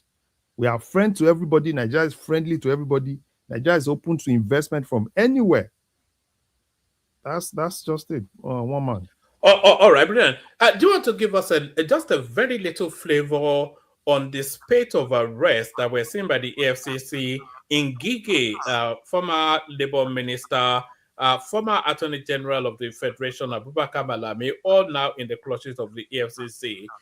They're claiming it's a political witch hunt, but really, by my own reckoning, Abubakar Malami should have been picked up a long time ago. One man, I even want more people to be picked up. What are we saying? Political witch hunting? How? The easiest thing to do is to kind of like blackmail the government, right? You've stolen a lot of money. You've done a lot of shady deals. You've done a lot of everything. Before you know, you start talking about, oh, I'm against the government. Oh, they are coming for me because I've been talking against the government. And people are not even asking the right questions. Are these people clean? No. And these people have stolen. They basically stolen everything. I don't know if you watched Dangote. Probably if you watched Dangote this evening. Dangote did interview this evening, and he was basically opening a lot of can of worms. A lot. With what is happening in the send me that interview. Maybe I'll do it tomorrow after. I will send it to you. Yeah. Dangote opened a lot. He opened a lot. This is probably the first time I'm seeing Dangote calling names. He's not even hiding. This person, the guy in NMRDP, or what is it called, right? Dangote is basically telling us that guy pays nothing less than $5 million every year for tuition fee for his children in Switzerland. $5 million. A salary earner? Yes. Dangote is even calling Code of Conduct Bureau to probe. He's saying, okay, I don't want them to sack him, but probe him. How will a salary earner, right? How will you be paying $5 million? So for that to come from Dangote, you should know that Dangote know what he's saying. So now somebody that has done that, probably tomorrow government now come. So immediately they see they're out of, they start talking, we are opposition. And what sort of a job? What sort of a job does a $5 million a year education get you? I don't even understand. What does that lead to? Where does that lead to? And these are secondary schools, not secondary school, for crying out loud. So at the end of the day, probably tomorrow now, they now said, okay, come and account for everything you've stolen. That person will now go and start saying, oh, I'm against the government. Oh, they are against me because I'm against the government, because I'm talking against the government. And some people that, sometimes I just look at some of all these people, they don't even think, are these people clean? They are not clean. EFCC should investigate each and every one of them and prosecute them. How anybody can suggest that the arrest of Abubakar Malami, he did it in open glare now. We also how it was anything that wasn't moving, that wasn't nailed down. It was for 8 years solid, it was just stealing, and everybody was watching. So and that's how bad that country is. That's how bad that country is. Where, at the end of the day, the easiest thing to do is because I'm talking against the government. That's why they are against me. That's why they are against me. After you've stolen billions. After you've stolen billions. Of dollars, so not naira, of dollars. You spill billions, you do all sorts of things, and they said, okay, fine, come and account for this. And you start running a tasketa, and you start paying. There was a particular deal that Abubakar Malami did. It was the Abacha loot. It was 500 and something million coming back from I think Switzerland and one other country like that. Those countries discovered that money and told Nigeria to come and come and collect it. And this guy, he claimed he hired a consultant to negotiate money that this country were already volunteering. And then for that consultant, he got nearly 20-30% of the money's being recovered. Yeah. So how is that even justified? Yeah. You didn't need just send somebody from the Ministry of Finance to go and perfect the paperwork and bring the money home. So what did you need a consultant for? They were not resisting the money; they were offering the money to you. Yeah. So this was just, and there was the other Paris deal that he was negotiating with Ned Nwoko. Yeah. There was some other deal with some Indian company that they had abandoned 9-10 years ago, and then he called them to come and collect. That guy stole a lot. Do you remember that guy was stole a lot? That guy was the one that removed Magu when Magu was not cooperating. He did everything he did everything. He put Bawa there, and then he brought the EFCC under the umbrella of the Ministry of Finance or Ministry of Justice. That guy basically forced EFCC to discontinue a lot of cases. It was unbelievable. criminal to the core. So, and somebody will now come and tell me that it's because of he's in ADC, he's in this, he's in that. And I'm like, are you guys okay? Abi is in Ngige, okay. Ngige has been using, he's been using Ministry of Labor to get kickbacks into an NGO that he owns. So getting kickback, put it in the NGO, will be using the money. And somebody is telling me that, I was even hearing something. How many billion that Ngige stole? And how much is this guy stole? How much did this guy steal? And I'm like, what are we saying? I don't understand. Tinubu should just leave EFCC. EFCC. You know, is that whataboutism that kills Nigeria a lot? Yes. So they will tell you that, okay, what about these characters in the government that also stands accused? What about Wike and all the money that is stolen in River State? What about XYZ that stole this and that? Why is this one not being prosecuted or this one is? Well, somebody has to be prosecuted, and it happens to be the guy in the net at the moment. So, I mean, yeah, it's just the what about, you know? Tinubu should not even intervene. He should not do anything. EFCC should do their job. All of them, pack all of them. All of them, let their guys cry. Let anybody that wants to cry. Pack all of them. If you've stolen anything, pack all of them. Pack all of them. Forget about they will say, oh, he's against this, he's against that. The government should pack all of them. All of them that have stolen, they should pack all of them. Is it not just 1 billion? Even the 1 billion, collect it from them. Seize their property, seize everything, collect it. These are guys that are living life, they don't even care about anything. Immediately after the election, a lot of them towards end of Buhari's government, because Buhari at the point was just tired. He was just tired. He just left them. They were doing all sorts of things.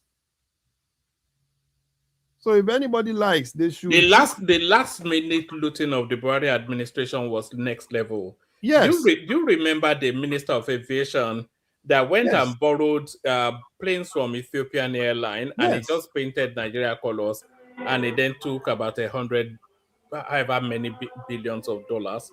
Exactly. All of them, even Amechi is going, all the railway he did. They should come and account for everything, all the things they did. That's another big time looter. All Amechi, of them, they will cry, oh, it's because Do you remember when they tried to interrogate Amechi at the House of Representatives, and Badabia Miller, who was the speaker then, covered him? Yeah, all of them. Woman, all of them, man. even Amechi, all of them, pick all of them. Forget about it's because I'm talking for opposition. All of them, if any of them are stolen, bring all of them. EFCC should bring all of them in. EFCC should bring all of them in, if you like. And if after Tinubu's government too, if there are other people, they should. If people in his own government too, if they've stolen, other people should bring them too in. You know, under Margaret Thatcher's government in the UK, they were pushing for Nigeria to have debt forgiveness then, and Margaret Thatcher came out and said, "What do you mean debt forgiveness for Nigeria?" She said she can name 7 Nigerians that have sufficient enough money in their accounts to clear the country's debt without even thinking about it. Just 7. That was back in the Margaret Thatcher days, and it's still the same narrative till now. It's still the same narrative. Imagine how much that Abubakar Malami stole. My God. He has a lot of 10 times Abacha. Money. He wants to be governor. He wants to be this because he has a lot. And somebody is telling me that because even Tinubu is even slow, self. I was expecting Tinubu to have started all of them 6 months. I think no, Tinubu couldn't have picked up Abubakar Malami then. Sorry, Ola, we'll come to you in a moment. Tinubu couldn't have picked up Abubakar Malami then because Abubakar Malami, he knew he stole a lot, and he knew that they would come for him.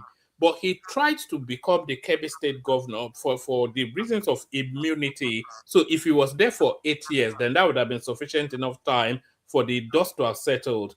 But he couldn't quite get there because he was negotiating that Paris deal. He wanted to steal that last $500 million. And then because he couldn't get that, he went and married one Buhari daughter like that. Just that, so he hid his immunity under the Buhari name, and that's why they couldn't go for him whilst Buhari was alive. Yeah. So Buhari is gone now. So Tinubu should go after.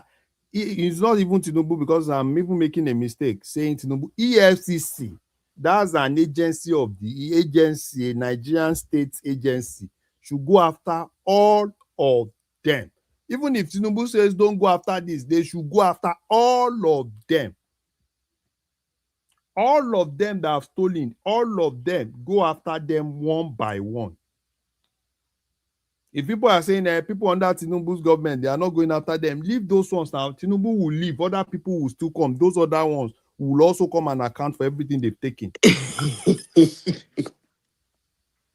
So it's you do me, I do you. But Nigeria must survive.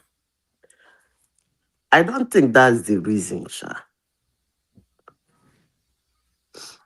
You think it's politically motivated? Yeah, you know. What politics puts Chris Ngige in prison? Hold on. First of all, let me say, they're all criminals. They stole our money. And if we believe they stole our money, they are criminals. That is settled. The truth about the whole thing is that, one man, when I came to your platform in 2023, or 2023, thereabout, when that election was hitting up, I made a comment. Everybody threw it into the trash. I told you people about what they call Chicago-style politics. And I told everybody to go and read about it. I think most people didn't.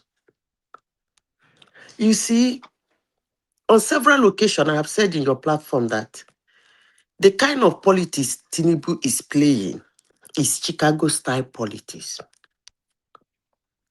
And for you to face him, you must know the counter to Chicago-style politics. But if you want to play this kind of politics that Atiku and Obi and Co are playing, he will run them over. I have been saying that. Not only that he will run them over, he will run them straight. Now, they stole the money, yes. Let me tell you what Tinubu is doing. In 2014, Tinubu opened his vault for something he is not 100% sure he might win. In 2019 again, he opened his vault. At least 2019 was still okay. He was at least 80% sure that Buhari will win that election. But in 2014, he went into a gamble. He was not even up to 50% sure he might win. But he took that bold step. Spend that money that he would have lost in a tenko. Now, what is happening now? You don't know Ngige. You said what politics Ngige is doing that they should call him. Maybe you didn't listen to him in 2023. If you are listening to Ngige in 2023, you will know that it's even late. They have not picked him. That's why I say it's politically motivated. You see ADC, you see PDP. What Tinubu is doing, if they are ready to win him, they're planning to win him. I will say this. Somebody or a group of people among them will have to open their vault. They're going to stake out that huge source of money and take that risk. Now, what he's doing, all those people who can stake out those huge sums of money somewhere or the other, he's running them straight now. And you know, Nigerian banking system is very good. So he's trying to run them system now. Put them in a situation whereby they will even be scared to bring that kind of money to sponsor anybody. So that's exactly what is happening. When he's done, by next year, when he's done, as I asked before, who is going to sponsor ADC and who is going to sponsor PDP? Period. Abubakar Valabi is the money bag for the ADC because he's the one with the money. I think they stole the money for elections anyway to defend their hegemony. And I think the money for the PDP was meant to be Fubara, but Fubara is now with Tinubu. Okay. So, so who is going to sponsor ADC? Well, it's actually not Atiku. He doesn't have money. So he has money. Bello Tuji will sponsor them. All the baddies money, they will bring it together. It's like you are not listening to me. No, Atiku doesn't have election money. You see, I said by the time Tinubu is done with them next year, we will come to this platform and the question will be who will sponsor them. Atiku has enough money to sponsor himself. To run an election? For primaries. Yeah, but to run an election. To go around the country, he doesn't. And to bribe all the people that he's bribing and all this sort of whatever. And if he try it, he will go bankrupt the rest of his life. Yes, because he's taking about 3 hits already on his account. No. The 3 hits is nothing to Atiku. Atiku get money well. Yeah, but he doesn't have infinite money now. No, he has infinite money. The only thing is that he cannot bring out that infinite money. Otherwise, they pick and pack. What he's doing now is to make sure those who have that excess money lie low. Those who do not have enough to contest, stay careful. That's all he's doing. Watch as the drama unfold. I told you people. What he's doing is Chicago-style politics, period. All this, arrest that. He's doing you. Somebody like Abubakar Malami is. In fact, it's like he central bank of Nigeria is in his bedroom. I was even surprised that talking about him now. We have been advocating for them to pick him up for a long time. I'm not quite sure what them so. He is that kind of person you have to break his 2 wings, break his 2 legs, and that you wouldn't stop there. You lie him down and pin him down there. He's a very tough guy, though. Abubakar Malami. Wait, you see that toughness, eh? You know, one man. There is one adage.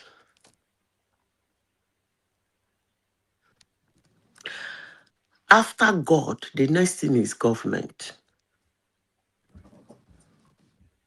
I'm telling you. As a single person, to fight a government is very difficult. Atiku has tried this several times. It's not an easy job. Because not only that you'll be fighting Tinubu, you'll be fighting Tinubu's conglomerate. And those who are joining you will be skeptical. Like, if you lose this thing, what will be my fate? So you find out that it's only very few that is going to stick out their neck to support you. Atiku has gone through that, done that severally. The only thing that make him walk around Nigeria is because he's a northerner.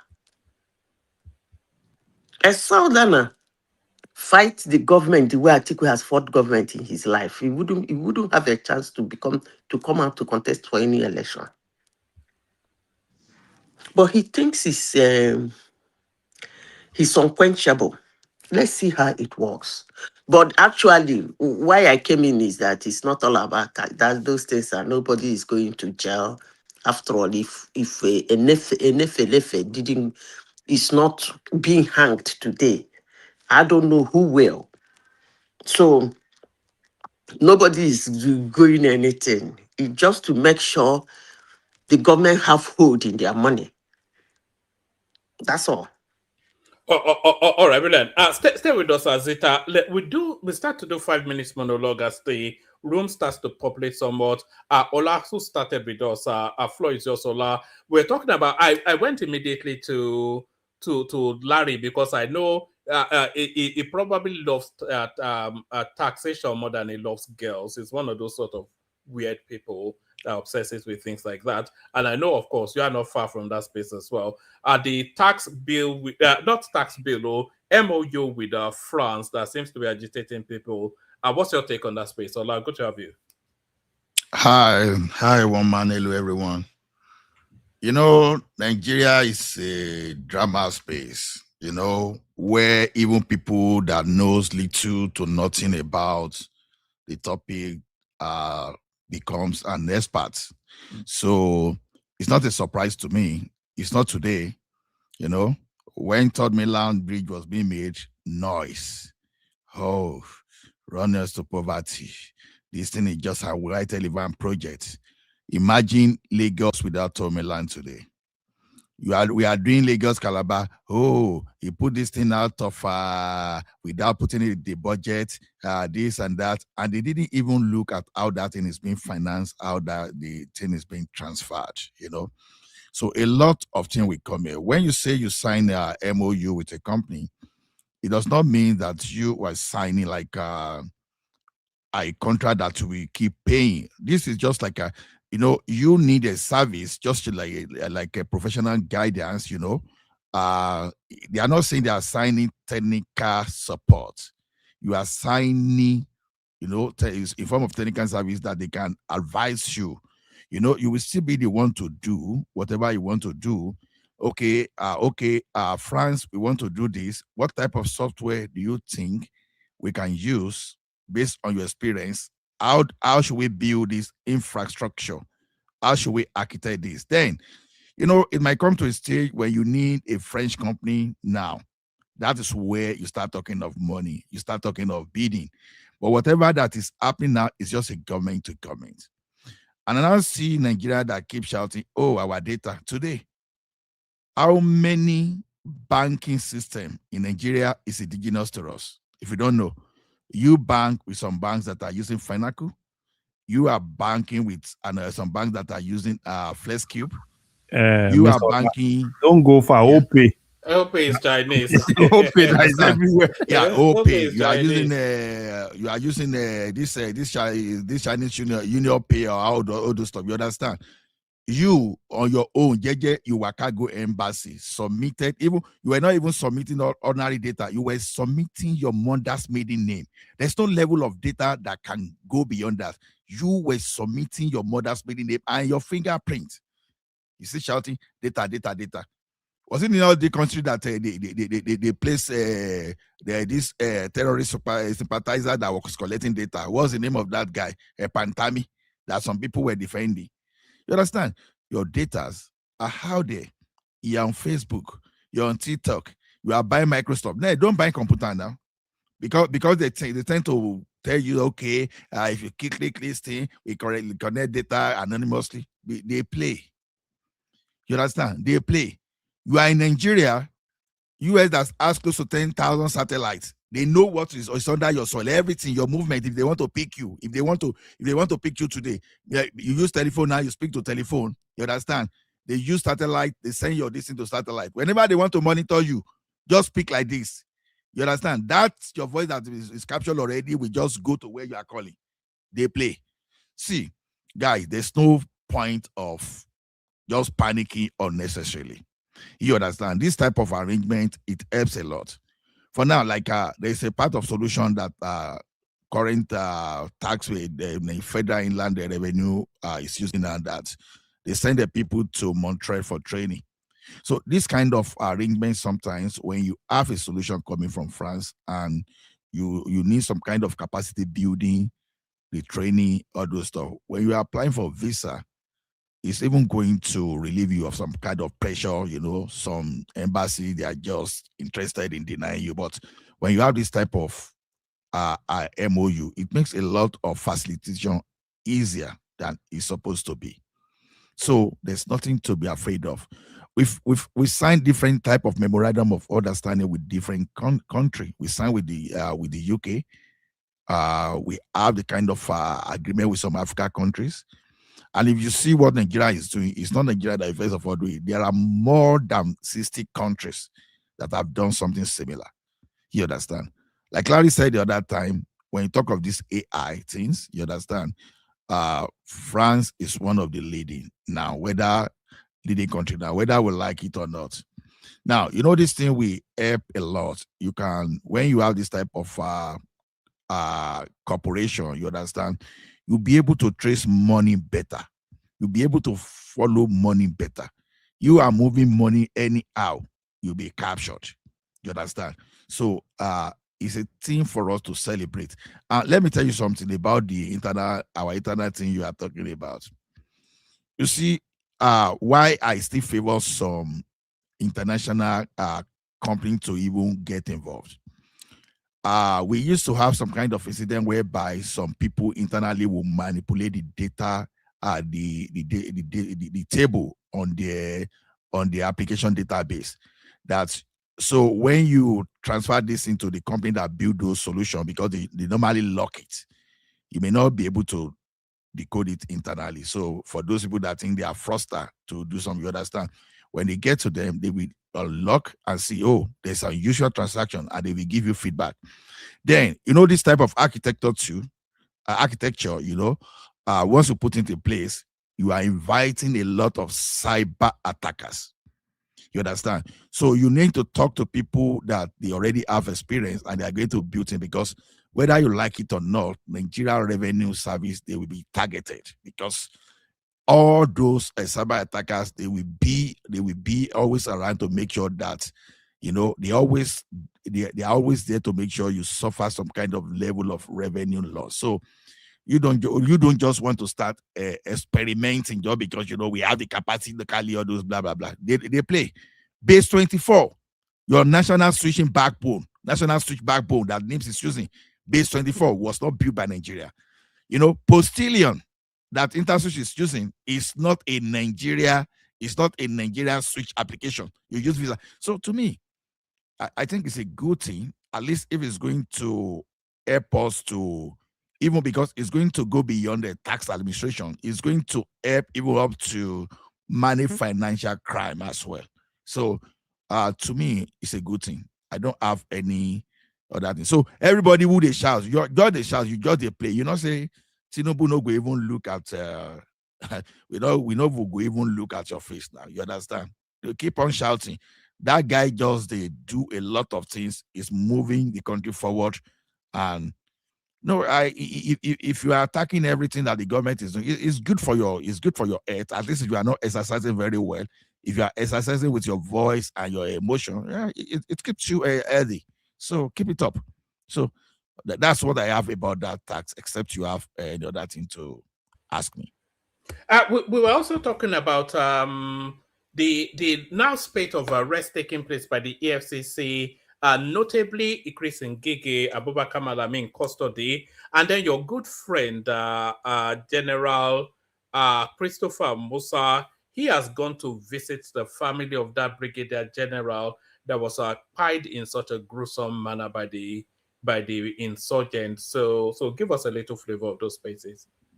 Yeah, General Musa is my man, so I don't even need to stress about him. I know he's going to perform, but Tinubu should just give him hand.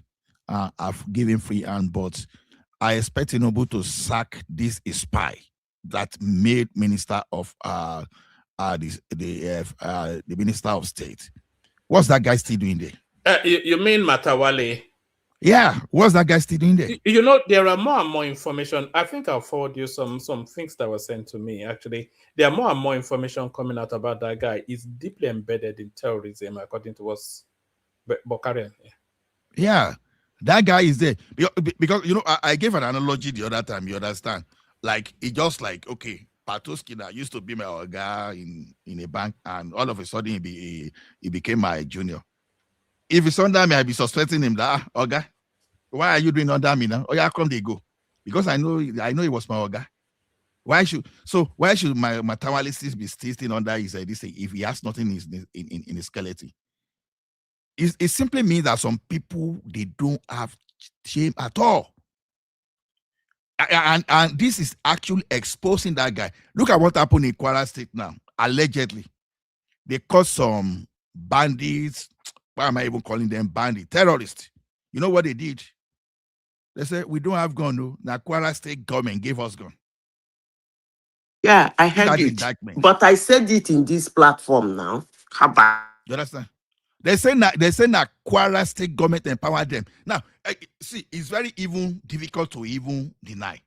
Because the last attack that happened, you disarm those people that were supposed to be like vigilante and keep their eye to help with insecurity in that state.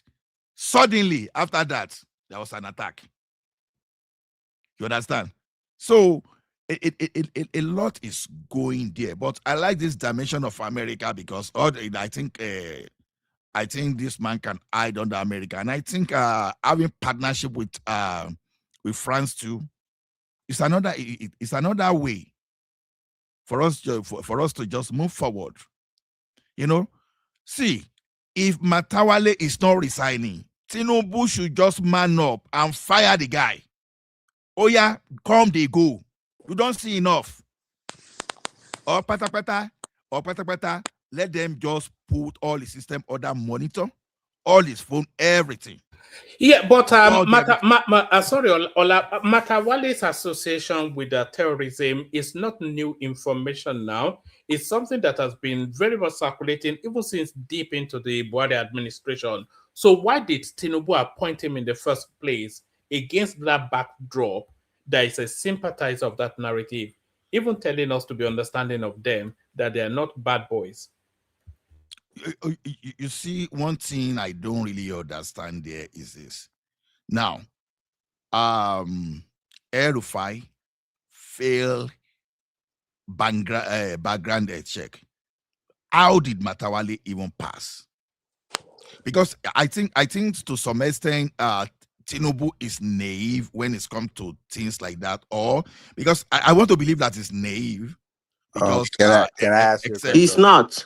He's Can I not. ask you a Except question? that was I'm saying. Except go ahead if you want to ask me. All right. One So man coming, say anyway, don't you think? No, you have the floor, but that's Oriola. Yeah, Oriola, yeah. good to see you. Yeah. Oh, same here. Remember the phrase that says, "Keep your enemy closer." Don't you think probably that's what's going on there? So that's number one. Number two, the Musa guy. Remember that after he gave interview on is it DW and Al Jazeera, and he was planning to go to Canada and they canceled his visa based on what he said on those interviews. Don't you think there will be some? I like the fact that it shows him. Don't you think there's another problem coming up with that guy? You mean the Canada cancel Matawale visa, right? No. Musa. What, you don't remember when he was Which of the going Musa? to- This our General Musa. Yeah. Yes, now. Have you forgotten that they wanted to go for one military game? I think it was a military game or something that they cancelled. I think some of us need to write this Canada embassy. I know that my embassy and my people here can be crazy sometimes. You understand? Because I understand the. Are you saying he didn't do something to? You are putting his picture as your DP. You are putting the picture of a terrorist as your DP. How can no, General that's Musa not be a Matawale. That's a General Musa now. How can General Musa be a terrorist? Is he not the Musa that turned back from Canada? Let me tell you what Canada does. You see, before you go ahead, let me say this so that you continue. I want to add this. You see, one day we're gonna use Elon Musk SpaceX, the satellite, to show Matalawi where he's throwing guns to the terrorists to pick. I think it will bring so much disgrace to Nigerian government that they will carry their head like this and put on the table. Because the problem Nigerians are having and their government are having is that they seem to think the world cannot see what is happening. Honestly, sincerely speaking, there will be a time Nigeria government will put their face on the table as shame. Continue. So you see, okay. Now one thing about Canada, I understand properly. If Madam Zita now decided to join SAS now, for example, that SAS people, once you write it on your form that you're a member of SAS, trust me, Canada will deny you visa immediately. They will tell you that you belong to organization that abuse human rights. So that's why if you're a policeman and you just go apply and you say you are a policeman, you understand the probability of getting your visa denied is as high as 80%. You go explain, no, you go explain tire. So I understand if so deny our military, but then I think the government should do a lot because a person like him is needed. And if the like of Tinubu can work with the government of Canada, like all those government officials that have questions to answer, because I know that Canada can be very dirty when it comes to all those people that you think you cannot handle. Trust me, Canada will help you handle them properly. Just give them visa. Matawale, they come to Canada. But make Tinubu just say, please, when he arrives in Canada, just help us pick him up. I swear. Canada will pick him up immediately. They don't joke. Now, one small boy like this go even pick him up. So, to me, I think keep your enemy close or closer or all those things. Well, I don't necessarily believe in that because we now have some kind of we have the kind of capacity that you don't need your enemy to be closer to you before you can monitor that enemies. You understand?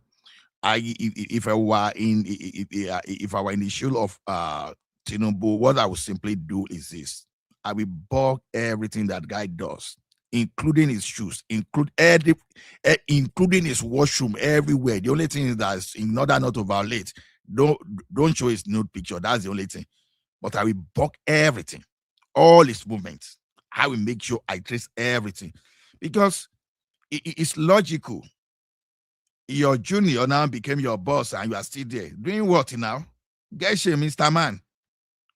And the guy should just F off that office.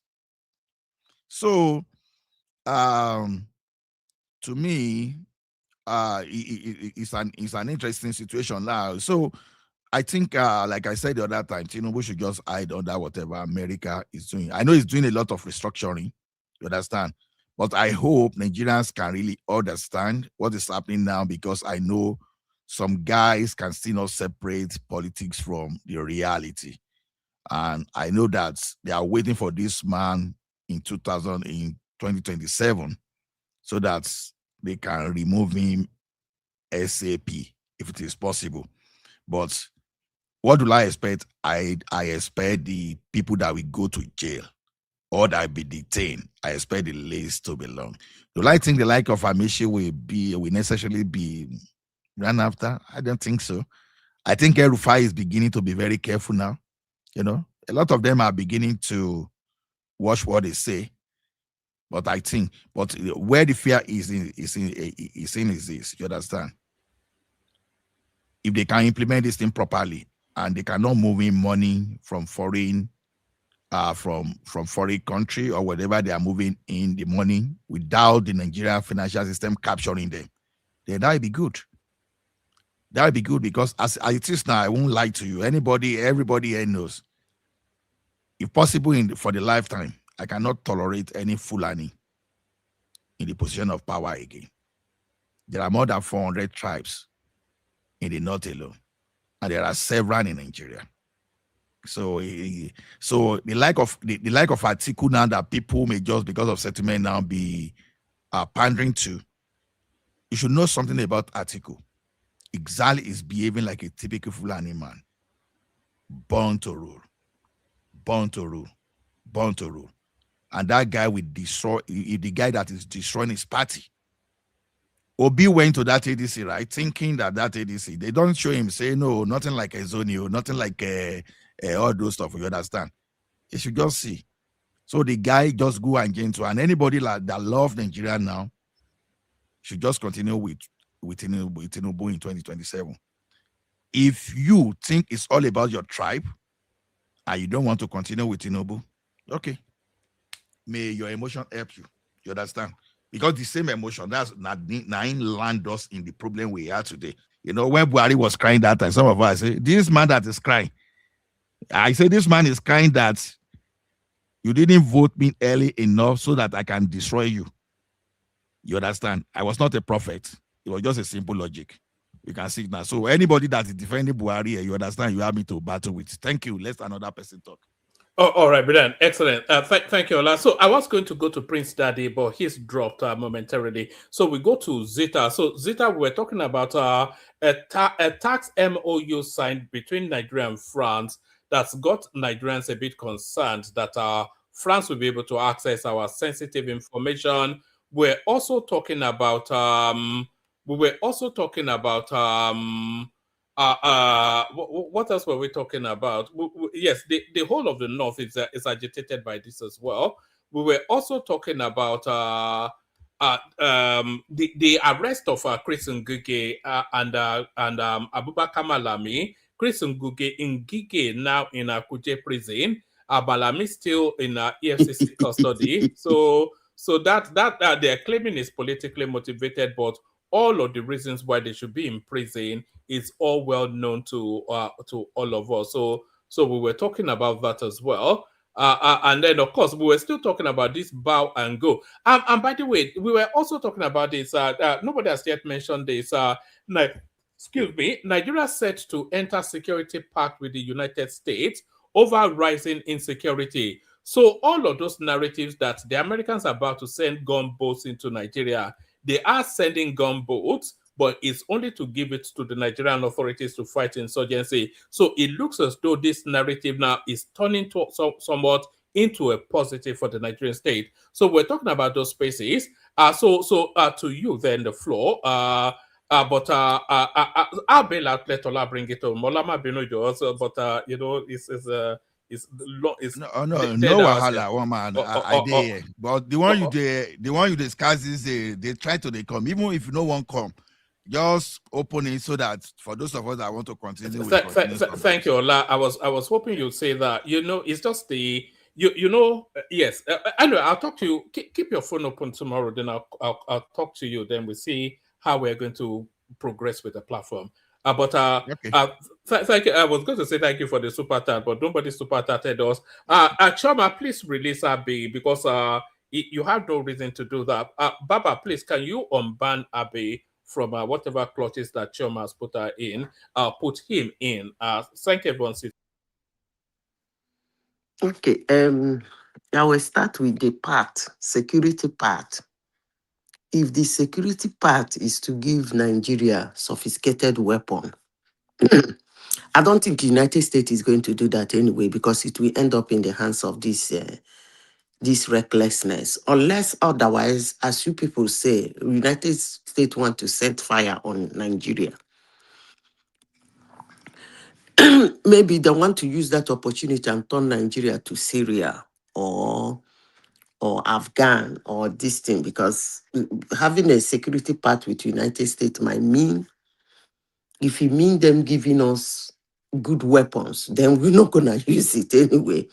It's going to be same old. It's going to be given to the militant to start harassing us and the terrorists. That being said, for those who is saying Musa and Matalawi are not the same people, as I said before, and I will continue saying it, Hate me, like me, I do not care. Believe me, don't believe me, I don't care.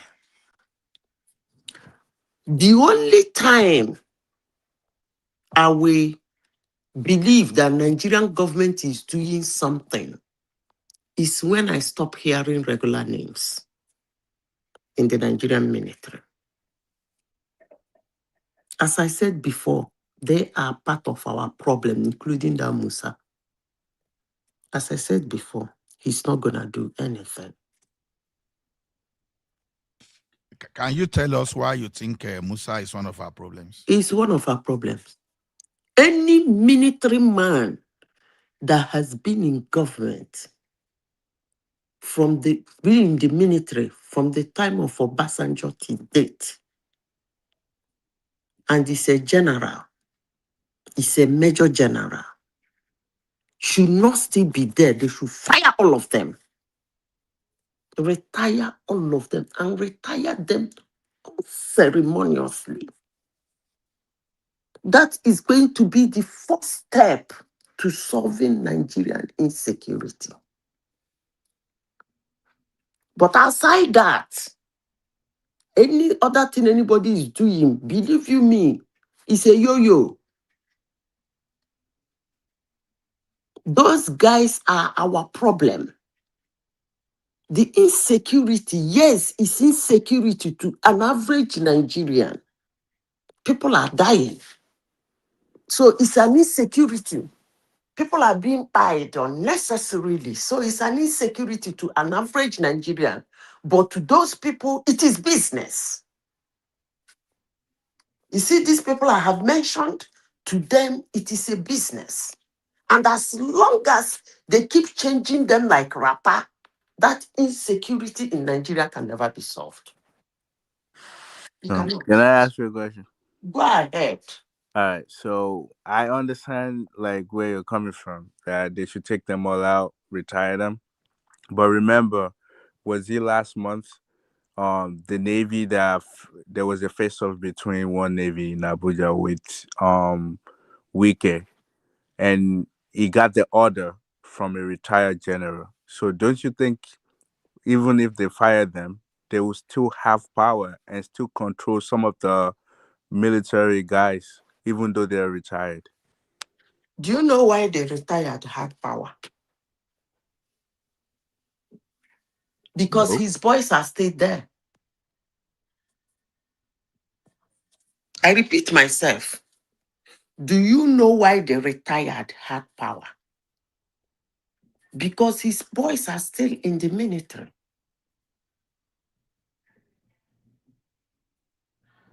Somebody like Babangida does not have power again in the military. Because Obasanjo yanked out all those people.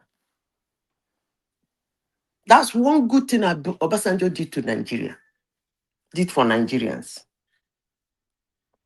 Otherwise, this coup you people are talking about would have been in a blink, one after the other. But those people that had that knowledge, that wisdom, that expertise to do those coups, Obasanjo gathered all of them, retire them, boom, boom, boom. Now, this set of ones that are there now are those people who have they know they have the brain, the expertise, the calculator, and the mesmerization of this insecurity. The only way to stop this insecurity is to yank them out. And I will continue saying it on this platform. But when you say they should yank them off, from what level? Because you said from the time of Obasanjo, that's 1999 to be precise. Yes, that's what I'm saying. Now you know some Obasanjo of came. us say, hold on. Obasanjo came. Say, yeah. Obasanjo came. Those that were with him, those ones are those ones that he know. They are experts. They've been trained. They know every degree of how to do coup. He said, if this democracy must stay, This group of guys has to go. He yanked them out. Democracy stayed. At least today we still have it. Anytime they try to do Q, it's not working. Anytime they try to do Q, it's not working. Why? Because those people that have those expertise are gone.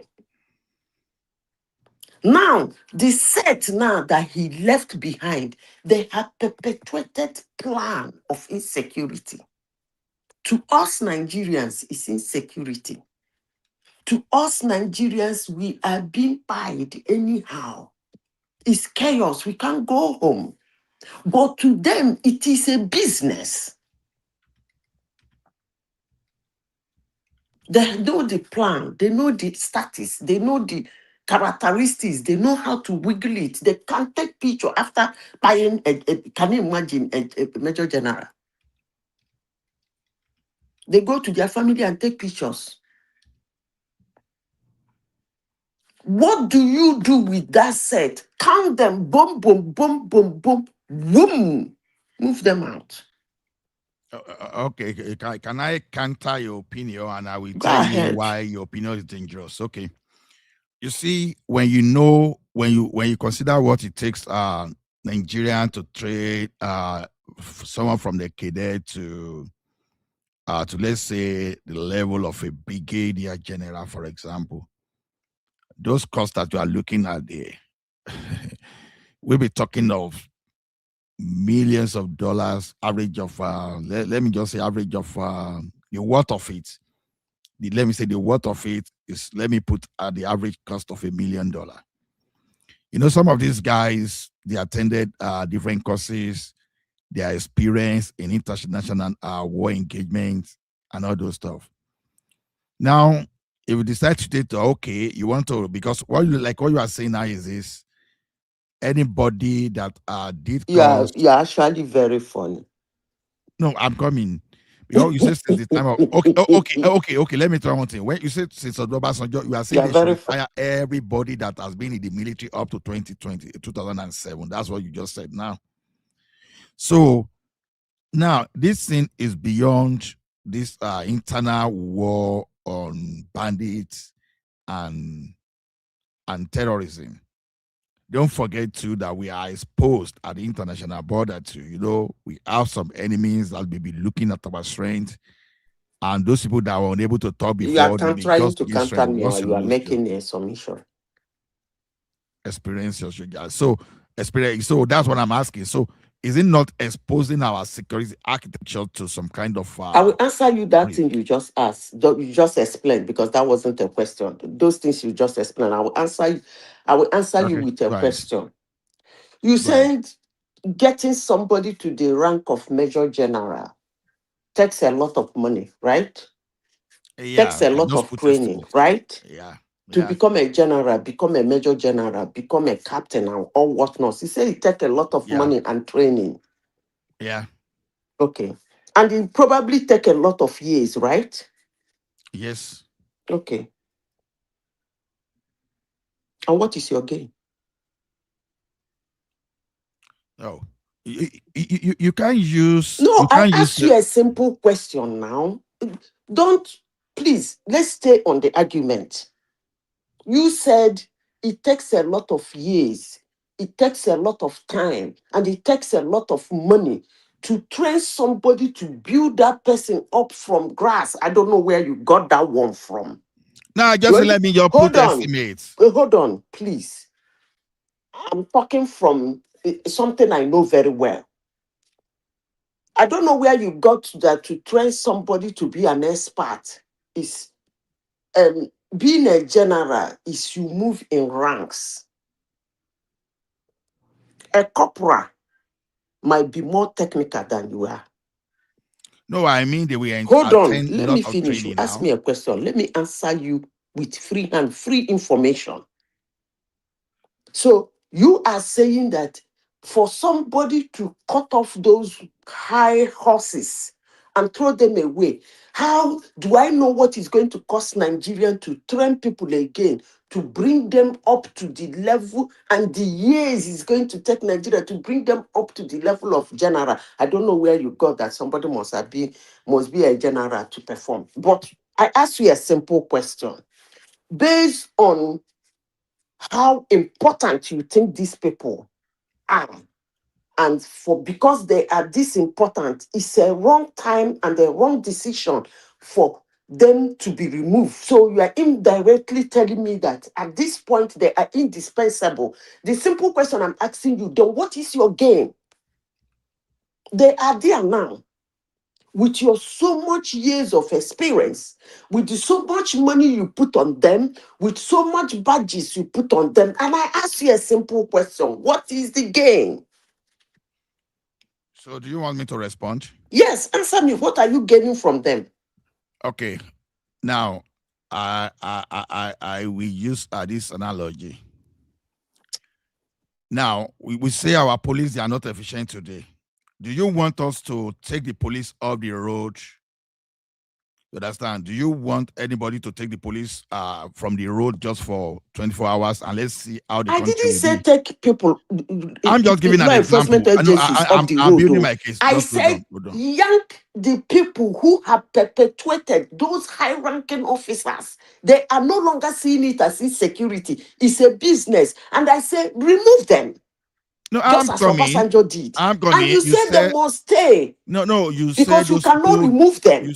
You said those Because people that if were they are not doing recruited well, from the are you time of going to say Obasanjo. they should be Hold on removed? I now. don't understand the argument. Hold on. You said those people that were recruited from the time of Obasanjo, 2070 date. Didn't say they recruited the time of Obasanjo. So That's who not are what you I now said. talking about? I said So those who have been staying since then.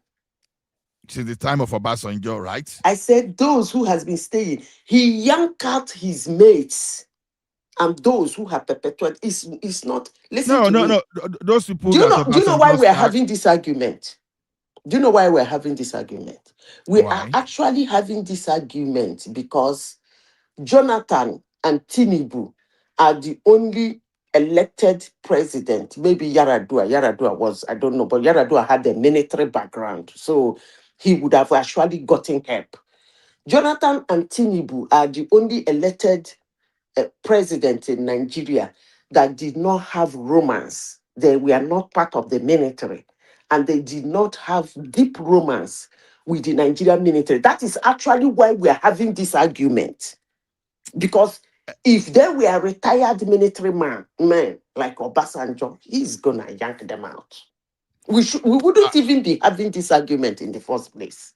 Okay. Because I can't see any right-thinking Nigerian to see the mayhem that is happening in Nigeria. According to you, they are well trained, money well spent on them, rank well decorated on them, and this mayhem is happening. And the right thinking human beings Okay. say they should stay. Stay Okay. and be doing what exactly? Okay, madam. Let me make a statement. This misconception that Obasanjo just fired recklessly is not totally true. Obasanjo fired political soldiers. Two different things. He didn't fire them just because they stay with IBB. Those people that already involved in coup plotting and held political offices. You don't know what is a political soldier. That's why you said political soldier. You don't No. seem to understand what Hold is a on. political soldier. It's Those actually the people. political soldiers that do kill, because they are the That- ones that monitor what is happening in politics. That exactly Good. what So why are I'm you saying he fired political soldiers? Hold So are on. you Those were the conferring one. what I Those just were the said one. by Those were the one baptizing that it? were. Those were the one that were administrators, that they had one offices or the others, but there were some of their mates that didn't participate in any coup or had political office, and he did not fire all those ones. Now, if you are going to fire, let me. Okay. Now, probably a people like us, that's most of our mates, you understand, were still at the level of a colonel.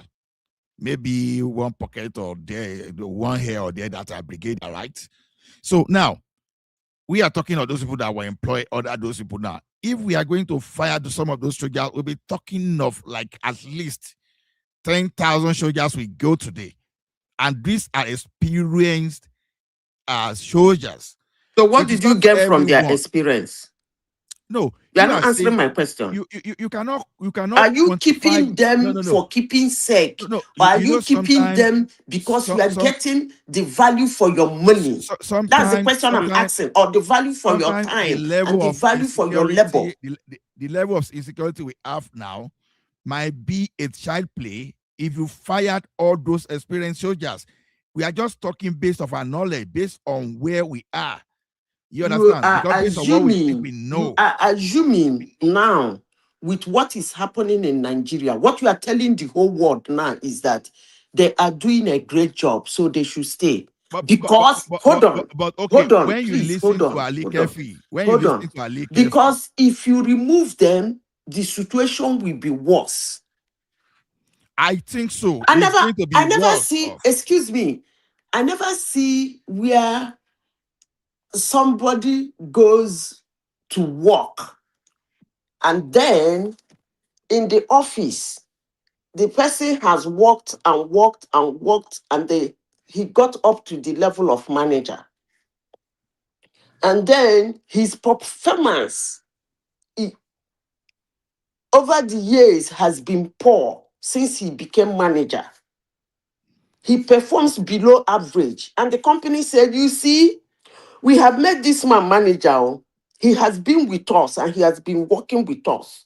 So since he's been working with us, he has gained experience in the company, which he is not. Hold on. Whatever experience the company is claiming or he is claiming has gathered in the company is not in his deliverables.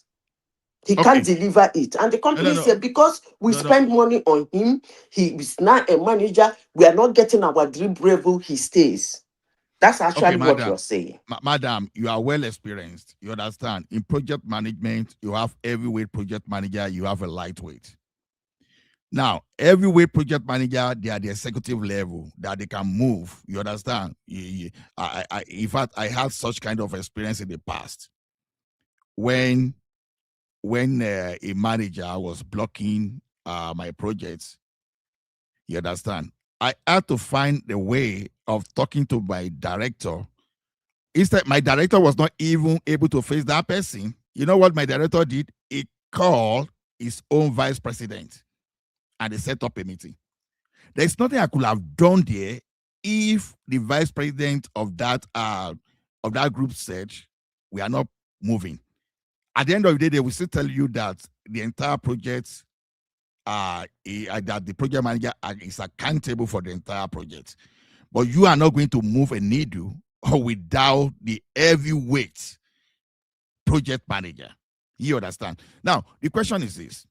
Look at what Ali Kefi said. Hold on. I don't understand your argument. Honestly, sincerely speaking, I don't like arguing with you. You are saying a total different thing. You spend 5 I minutes am not talking about a project manager working with staff that was just and staff of other departments. I am talking as a company. Company That owns the project manager. You are saying if his deliverable is below expectation, first year, second year, third year, that they should keep him because he's a manager. Madam, let me land now. Let me land. We are all aware today. We are all well aware when Commander Olawumi came out. Ali Kefi now came out recently. They got the name of some terrorist financiers that are in the government. And they presented the case to who they were supposed to present the case to. The commander-in-chief was supposed to be the one to say, go ahead and act. He didn't act. Now, tell me, okay, look at what even Oshibajo did when they violated the National Assembly. What did he do to the Director General of SS? You understand? He fired the vice president of the country. Instead for the president to defend him, to protect him, he left him opened. We are in that country. So these guys that you are talking of, they are not the commander-in-chiefs. They are just having. They are just having. How were you expecting a brigadier general or a major general to go and arrest a cabinet minister without the order of the commander-in-chief? How? I don't get that. So if I now face Please, that where brigadier is this general, argument coming from? Where did I tell you that they should go and arrest a cabinet member or something? I don't know where you're getting. I said they should seek to function. So why are you telling me that should? Why am I saying they should go and arrest? They should go and catch this person? That is not what my argument is. I am zeroing them non. What do they call it? Non personal non grantia. That's what I declared them. And I said they should go. So why are you arguing on their performance, on what they are doing? Am I saying they should go and they arrest? They are not the chief of, they are not this. Ola, maybe I'm seeing what you are not seeing. Please, can I continue with my submission? I beg you. continue with your submission. My point is that just as Obasanjo helped us quench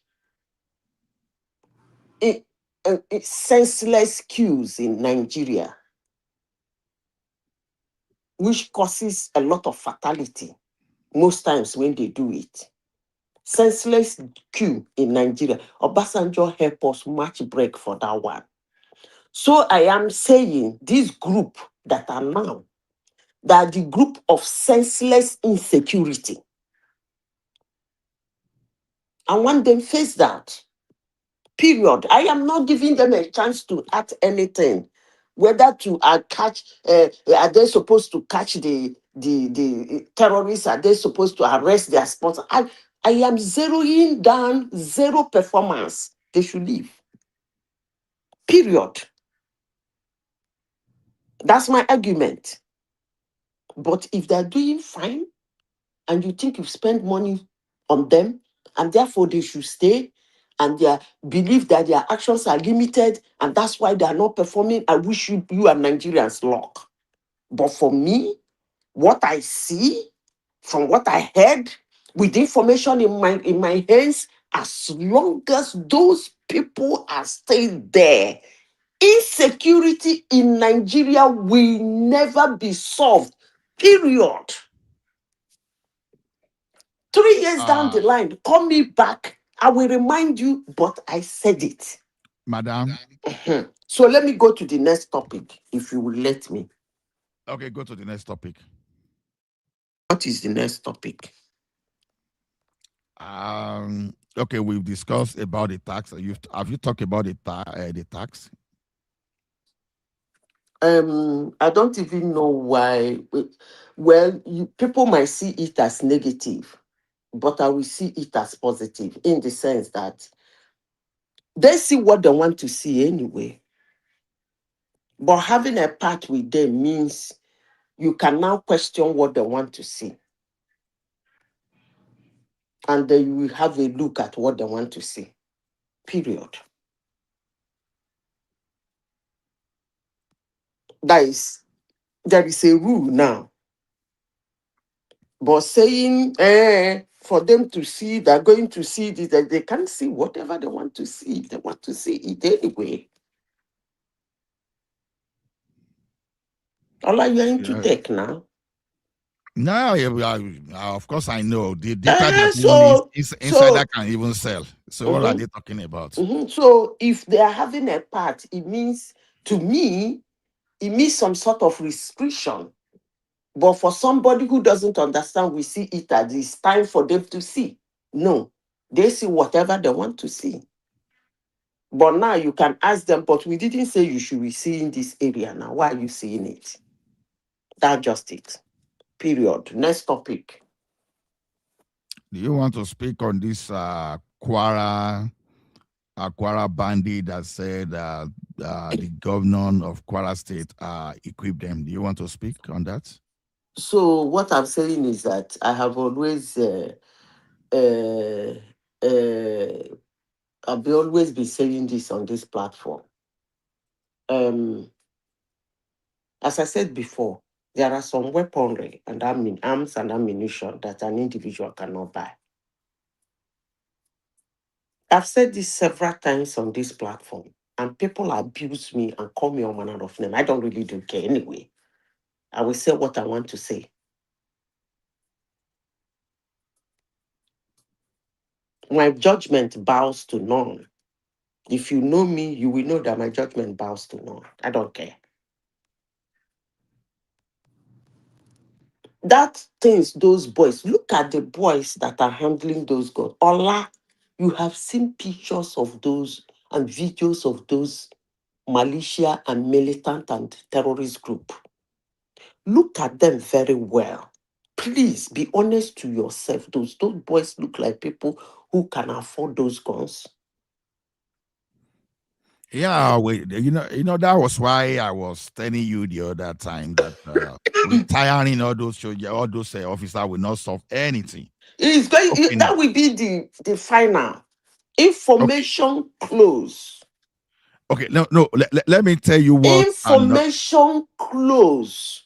Makai. The moment you speak some group of young, in fact, you don't even need to pick some from the remaining ones. Before you fire them, you do what they call mass recruitment. Brilliant boys and girls. You pick a handful of them, those ones that you think that pass the exam very well. You pick a handful of them and go and hand them over to Israel. Just for 6 months. Madam Zita, Hold on, let me finish now. Don't mess up my words. I know most of the things I say here, you guys don't want people to hear it, but I will say it anyway. Just for 6 months, they were not in the military before. You just handpick them. Call them a particular special name in the military. Either you call them Nigerian lavender or Nigerian ivory. Just call them one thing, but their body in the military, just like US do, they call Navy SEAL and all manner of CIA, FBI. So just create them, pick them down in the military. Full of them, send them to Israel for 6 months. By the time they come back, Yaga go here way, madness go leave road, enter bush. So that's what I'm talking about. You know me, I know day for that your support, for that your own solution is that your solution will open my country to external attack because what are you having now? Internal attack. No, what you are having now is internal attack, right? No, hold on. External. Let me tell you something. You send someone to War College in the US. You send to someone to War College in India. You send someone to different international training to go and train. And so all of a sudden, just because you think they should go, you just fire like 20,000 of them. Now, how long do you think it's going to take you to now send them to train all those instantly? No, I know they for such kind of thing. Now, because my own solution has always been like, okay, you have different levels. When you are speaking, I think you are benefiting from this shenanigan that is happening in Nigeria. I don't fall for blackmail. I don't suffer for such around your concern about firing them. Let me tell you. Actually, I'm trying to wrap my head. Meanwhile, Oriola and Prince Daddy, I beg you speak when you want to speak, or don't just leave. I'm trying to wrap my head what issues you have with that anyway, because a normal Nigeria, in fact, just like we say, catch this person, catch this criminal, catch this politician that's stolen our money. I think that's the way Nigerians should be feeling about the military. I don't even know why you are saying they did this, they did that. I don't really do care. But I maintain my ground. 3 years down the line, Allah, inshallah, we come back here, I will still tell you, has the insecurity been solved? No, hold on. Like what you are saying, at least I'm good that we are all experienced even in this attack. What is like you are saying, oh, go and camp someone and train that person seriously for 2 years for software development. No, that's not what I said. Listen to I'm me giving carefully. an example now. Listen to me carefully. I will repeat myself again because I like repeating myself. When I speak, I like people to open their minds so that they will hear me very well. What did I say? I said, before you fire them, they're all listening to us. but it doesn't make any difference. I will still say it. Before you fire them, make sure you do what they call massive recruitment in the military. Massive. And when you recruit them, those your so-called general and last card, those people are, their salaries are huge. And what they're costing the country is huge. So their salary, one of them, their salary, I don't want to exaggerate, can pay 10 of these people I'm talking about. So do what they call massive recruitment before you throw them out. When you finish that recruitment, before those new recruits, their leg go reach ground, begin the land work, you wire those idiots that they call general in our Nigerian army, because they're beginning to irritate me. You have not even the scope of firing now. You are not No, even talking. hold on. Whether you want to fire them or you want to retire them, whatever means you need, deem fit to get rid of them. Please look, Ola, maybe you don't have a military family. If you have a military family and you know how military function, and you hear that a general of a country like Nigeria is being paid ridiculously by stinking, poo-smelling idiots, I don't know what you will think that happened to the information. But for somebody like me, maybe I know what you don't know. But let me continue with what I'm saying. I'm trying to repeat myself, get my information straight. Before those boys will come, they will resume to be integrated into the kangaroo and jamboree going on in Nigerian military now. You retire, whether you want to retire them or you want to fire them or you want to execute them, whatever means the government didn't fit to get rid of them. My own is get rid of them. Period. That's where I stand. And then you took a handful of these new recruits that are not into the remaining rank and file, the remaining rank you left behind. You take this new recruit, a chunk of them, send them to Israel for 6 months. Intensive training. When they come back, that is when you will know that anyway. They usually send them for training Madam, anyway. management. Send them, hold on, let me finish. Sending them to training is not a new thing. They always go for training. They're well trained. It's just that they don't want to work. So send them to training as usual, and then when they come back, their head go the hot. Let me see. Anyway, Whether madness no go leave road enter bush. I want to leave that topic. Anyway, madam, Because you do not have a clue if you are in the military or you are a member, your family members are in the military, you have a clue how the military function, and you watch that way, the way that Major General was paid. Come on now, that is the height of it. See, madam, I don't make one analogy. That is the height of it. You see those your friends that you are using their madam. picture. So I don't want to use the word shamelessly using their picture as your DP. No, I will use it too. If you understand what happened to that, if you have preview information to what happened to that Major General and how that Major General was by, you will know that is the height of it. Those guys need to go. Okay, madam. Wait, no, you will come now. Yeah, you will come, Oriola. So because I think sometimes we underestimate the role of a manager in an organization. And the manager is one of the most difficult profession, but people think it's easy. Maybe they stay in the office, they just shout, they just come and no, it's one of the toughest you can have. Be an ordinary team member and a food soldier is easier. So recruiting new person and training them in Israel and start and come and taking strategic command role. I don't know how that is going to happen. Even in Canada here, when someone we I call don't them know why you have military. problem with that, but I wish Hold you on, luck. madam, so that we can move to another person. You see a new recruit that is like going to become second lieutenant. They still have to give them sergeant. You understand that we still be showing them some skills.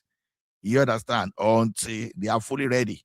So, to me, what you just said, when I even did my calculation, averagely we are saying about 50% of our soldiers should go just because they serve other soldiers. Okay, we come to that later. Oriola, if you have anything to speak, please speak up. Yeah, I was going to. I mean, I kind of agree with her in a way, but the only problem that I have is even if they take those people out, the way I've been seeing like the Nigerian military works is more like even the retired guys, they still have influence, and that's where I kind of like I don't want to agree with her because if they still have influence, even though they're out of the force, they can still, if they have friends or people that listen to them, they can still get them to do what they want. And that's the only problem that I kind of have. Like, I understand that, oh, getting rid of those people that you feel like they're already corrupt, yeah, that's a good step.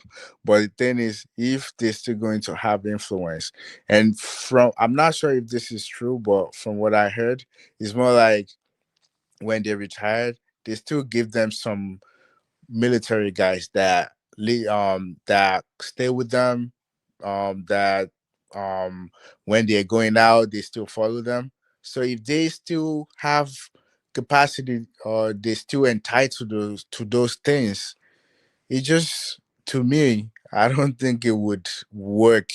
But if they don't, then definitely it should work. But with the way we see it, and the last one that the last incident that I gave you and everybody's aware of, the Navy that still listen to ex-military guy to go own or hold a land for him. So those things uh makes me think that even if we get rid of those people, maybe just like you say, maybe 50% of them, if they have influence, it just doesn't.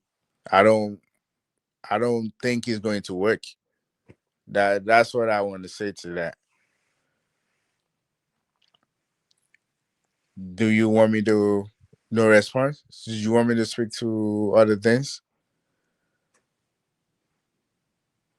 Hola, can you hear me? Please continue. Yeah. I thought maybe someone wanted a response to that, but if not, I can. Yeah. One of the problem we face in that country that people don't realize is this. Like, I think in the early 2000s, Nigeria was recruiting average of 8,000 to 12,000 yearly. And as of now, even people don't want to join the military and you want to fire those we have. Because the question is this. When Adam Oshomole said the retired generals are behind illegal mining and insecurity in the Northeast, including a former head of state.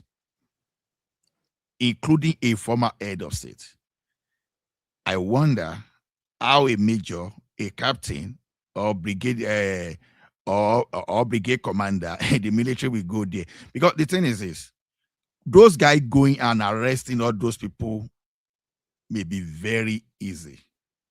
But you went ahead, you arrested all those soldiers just for your commander-in-chief to play politics and free them.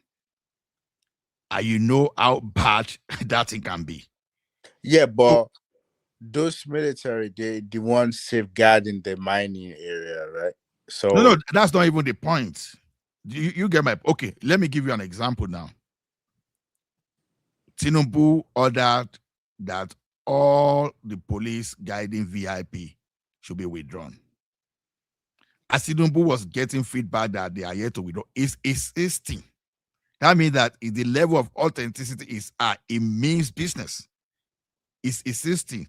So they withdraw from some senators, but they are assisting with some people. Is assisting. Now, and that thing is working because some regular guys like you and myself that normally go to Nigeria that call for police escort, they are no longer getting police escort now. Why do you I'm need? telling you. See, that's some of the problem we have. I don't even. Why do you need to be using law enforcement that needs to be actually enforcing law to be your protector? You just go get a security personnel to. There's private security agencies that you can hire to guide you. No, they are not licensing proper guns to those people, except if those security personnel will be moving you with armor personnel carrier. You know. Well, so they need to, and security. I don't even. Well, they need license for pistol. I think they need to yeah, get a license. they need to form, if they can form private security people like those in South Africa, that they can license them pistol and rifle. So I think Nigeria should consider that. Every countries have, like, you never see them going around with the law enforcement. Why is law enforcement following you all around? You just go get a private security. And I don't know how it works in Nigeria like that, but I believe if you run a private security agency. Sorry, guys. See, they don't want to pay for it. I think the private security in Nigeria is a booming industry. Actually, I have a friend I went to high school with. He has a private security firm. I guess is a police officer. But the police officers that work for the state, you don't pay for it. So why do they want to spend all their money paying for private security when they can get free security from the state? Yeah, but those private securities you mentioned, are they well equipped? Because I'm not aware. Because I all think those they security, are. What I've been hearing, I think they are. No, apart from Asari Dokubo and Tompolo. Yeah, but is that legal? If they don't have proper gadgets now, they use the Mpodike they used to use now. Chebi they use Mpodike. Baton, Madam Sita, now one for you. They use jazz now. All those iPod people, is it not jazz that are using? I hear you. The jazz that no work when they were using Kano, they scatter people when all these British people. Yeah, but in Nigeria, there's law against civilians having pistol, right? So you can't have a gun if you're a civilian. So there should be no expectation that security agencies should face any well, I know there might be some little people that they have stolen arms and stuff, but they shouldn't face anything like that on a regular basis. And when I'm talking about security, I meant like there are people that they're huge. Like even you seeing them, you're already scared. Like, we'll talk less of you trying to attack them. You are funny. If you are not well secured as a security officer, the West you. If you like, be as big as a 10-story building. If you listen carefully to what I said because with Nigeria, like, there's a game you can't have gun. So, but I understand that there's some people that will go against the law and carry guns around. That's what I meant, that on a regular basis, you won't face such things. I'm not saying that you should stand and someone will shoot you. I'm not saying that. I understand that, yeah, that could happen. I'm just saying that when you see celebrities and they have security personnel like that, the fans, they already know, like, oh, I don't want to attack this guy. So they're not thinking that, oh, that person needs to have a weapon.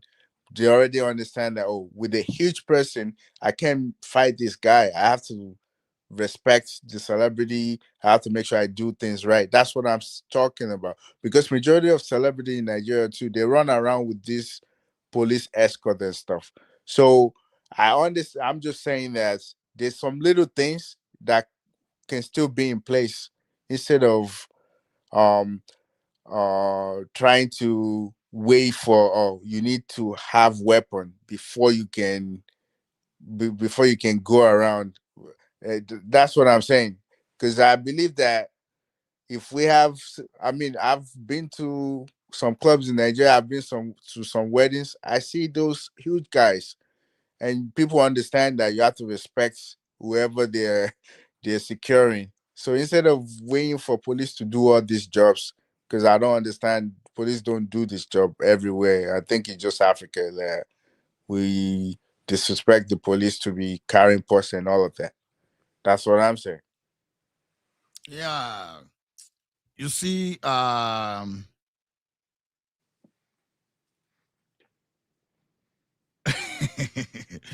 so you see one thing. I think it's not as if the problem of Nigeria is that difficult to solve. If the president and the governors will not play politics, you know. Now, that's what's what the me name I of this agree government? with you. It has something to do with the president. It has something to do with the system. It has something to do with your what might I call it? Your so when you're talking about No, police, the president is part to the of the system now. yeah, well, I'm just saying the systems that we have, that's what it is. When you talk about issues with police, talk about the law enforcement. That's them. It has nothing to do with the president or the governors. If if the president says, you the IGP or the inspector general, whatever, that I want this to be done, it's up to him to carry out that task. If he's not doing it, you can't blame do you want the president to now come Okay. Let me tell you. You know, when I call Buhari criminal, you know, some people wanted to they keep defending him that no, he's Kabai. Who cares? You understand? He was a coup plotter. So as far as I'm concerned, he's a criminal. He was a criminal. So the thing is this: look at how they harassed. Look at how they harassed Onoge, the chief, the CJ, the CJN. You understand? That was the first time I will ever witness that such of thing in that country. You understand?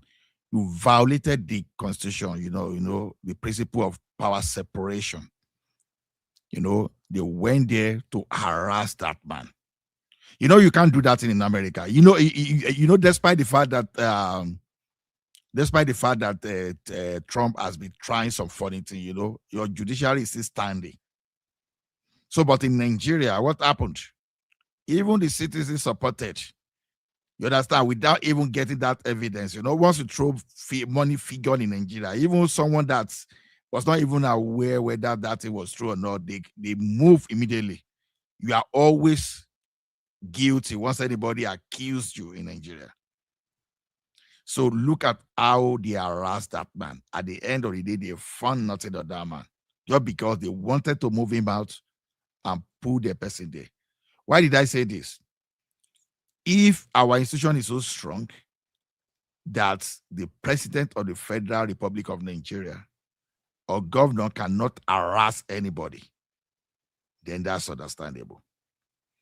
That was why I was telling you the other time. it too. You just said it. It's the institution. It has something to do with because all we're saying is this: even all the institutions, we still have people that check them, and that's another institution that needs to check them. And I think I'm not sure if you saw this headline that says is it the Bureau of whatever, Tinubu increased their budget from like 2 or 4 billion to like 20 billion, because he understand that there need to be people that check every institution. So meaning you cannot you, the inspector general, the police, law enforcement need to be audited every single year. The hospital, the healthcare system need to be audited every single year. And the people that's auditing them, they need the superior, like the Senate or the House of Rep, to audit them too, to put them in check. Everybody needs to be checked. The thing is, we're not checking one another. If the if healthcare is being checked, meaning that Department of Health can just show up at any hospital in Nigeria at any time everybody will sit up because they know the federal can show up there at any time. And Department of what they call it, Ministry of Health in Nigeria knows that um they have another agency that can show up to make sure that to audit them, to make sure that have you been to this state to check all the hospitals, the clinics. Everybody will be on their toes because they know, like, I'm not safe. If I don't do this, somebody's there to check me. If I'm not doing this, somebody's there to check me. The thing is, the institutions are not being checked. And a great example that you said was like the Trump and the judiciary. That's because all the institutions are doing their job. The president cannot just go around and think he can do whatever. The justice system is there to put them in check. And also the Senate, they're there to probe them as well. And Now, so that's what we the need. question is this. The question is this. You know, in Nigeria, the president appoints the Inspector General of Police and can as well remove him. You see the problem? It's not a You see the problem. problem now? It's not a problem because It's a problem. no, the institution of police in Nigeria, they have policy. They have what we call policy and procedure. That's their protocol. They don't listen to the president. All the president does is just assign IGP or whatever you call him. All he does is just assign him. The protocol they follow is not their loyalty is not to the president, is to their policy, is to Nigerian people and to the policy that guide them. So all this talk that just because someone can, yeah, if they want to fire them, let him fire him, because if it follows Adiola, the yes. Adiola, good morning. See, if somebody is fired in Nigeria, how is he going to, excuse me, how is he going to take care for his family? You have to ask that kind of question. Like you know, you're talking from the point of maybe after your 8 hours a day, at the end of the month, enough hours, you have enough for your mortgage, food for your children, and live at least that normal life that human beings deserve. But in Nigeria case, if you lost your job, that person is in hell. So that is why if the president can sack at will and appoint at will, everybody, as far as the structure of Nigeria is concerned, not only police, everybody have to battle the president to survive. And that's No, why you see. I don't agree with that mentality, because just because you can get fired, does it? A lot of people have get fired from their job. Does it mean that that's the end of life? They can't find a new job? No, Are look you at it. telling me Look that at it from the just because somebody told me to do a wrong thing, I should do it because I don't want to lose my job? I mean, look at it. Maybe these excuses are not good to me. Yeah, Oriola, look at the situation. You know, we should not use our self-sufficiency idea, mentality, or understanding of be opportune to live in the Western world to judge the reality back home when it comes to Nigeria issue. Look, if people are fired from their job, top job, because they make a lot of sacrifice, years, maybe serving the government in a very terrible, harsh condition for the past 20 something to 30 years, and now is opportune to be on top. And for not obeying the president, get fired and they go back to the bottom. Look, my dear, that Wait, is why that's not what everybody. that's not what I'm saying. I don't think that's what we're saying. Well, one What second. we're Okay, like implying it's not only is about being fired; it's also about being ostracized and not and be pushed out of the circle, so to speak. Yeah, they So not will. only you Thank lose you a very much. job. right, but I'm not saying that you should not listen to the president. I never said that. I'm just saying that they have policy and procedure that they have to follow. So if the No, president tells them to do something, just like where he told them that if you have any police that is carrying purse and doing anything such, take them out. He listened, he gave him a task, and now he has a policy and procedure to make sure that task is carried out. That's what I'm saying. And if yeah, it's not carried out, then he should face the consequence. yeah. The thing is, that is the power of the presidency.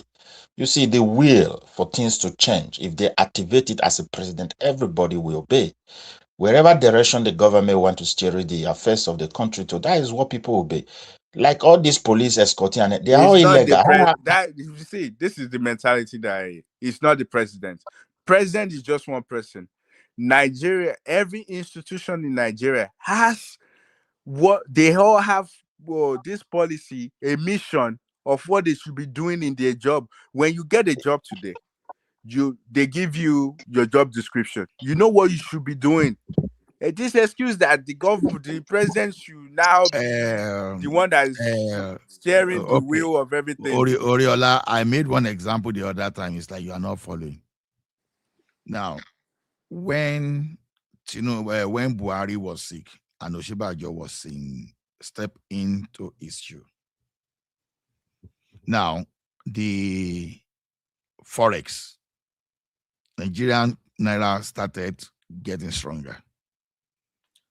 DSS violated the National Assembly, Oshibajo fired. Right? Because that one asking Oga say, maybe I don't give you power, continue, right? You constitutionally, you were the one supposed to step in. When he did all those things, you know what happened? When Buhari returned, they removed all Oshibajo staff. They can't replace with their own person. And president did not do anything. And the president's cabal, Buhari's cabal, where they weren't doing all those stuff, they now install their own staff there. They remove Oshibajo staff. Yeah, so that's now hold on. As a president, a serious president, what was he supposed to do? He was supposed to stop all those people saying, no, you can't do this. See, the man didn't talk. That's politics. And the next time this guy was traveling, he didn't hand over. No, I'm not talking about politics now. I'm talking about the institutions. The example you just gave me is just politics. Is someone is just but the people that were appointed. The president was the head of the presidency, and people under him were changing the personal staff of the vice president, so that they will expose him. I will not do this job, and the boss did not say anything. Like I just tell, I've been saying. Oriola, can I ask you a question? Has nothing to do with how the country should be, or the institutions should perform their task. Oriola, most of these VIP escort, do you know that according to Nigeria law, is an illegal something that they were doing? Majority of these are particularly businessmen. But there's no law. Thank you. And when you look at the policy, it's not true. It's not true. It's not true. You can apply for police protection. No, it's not true. It's not illegal.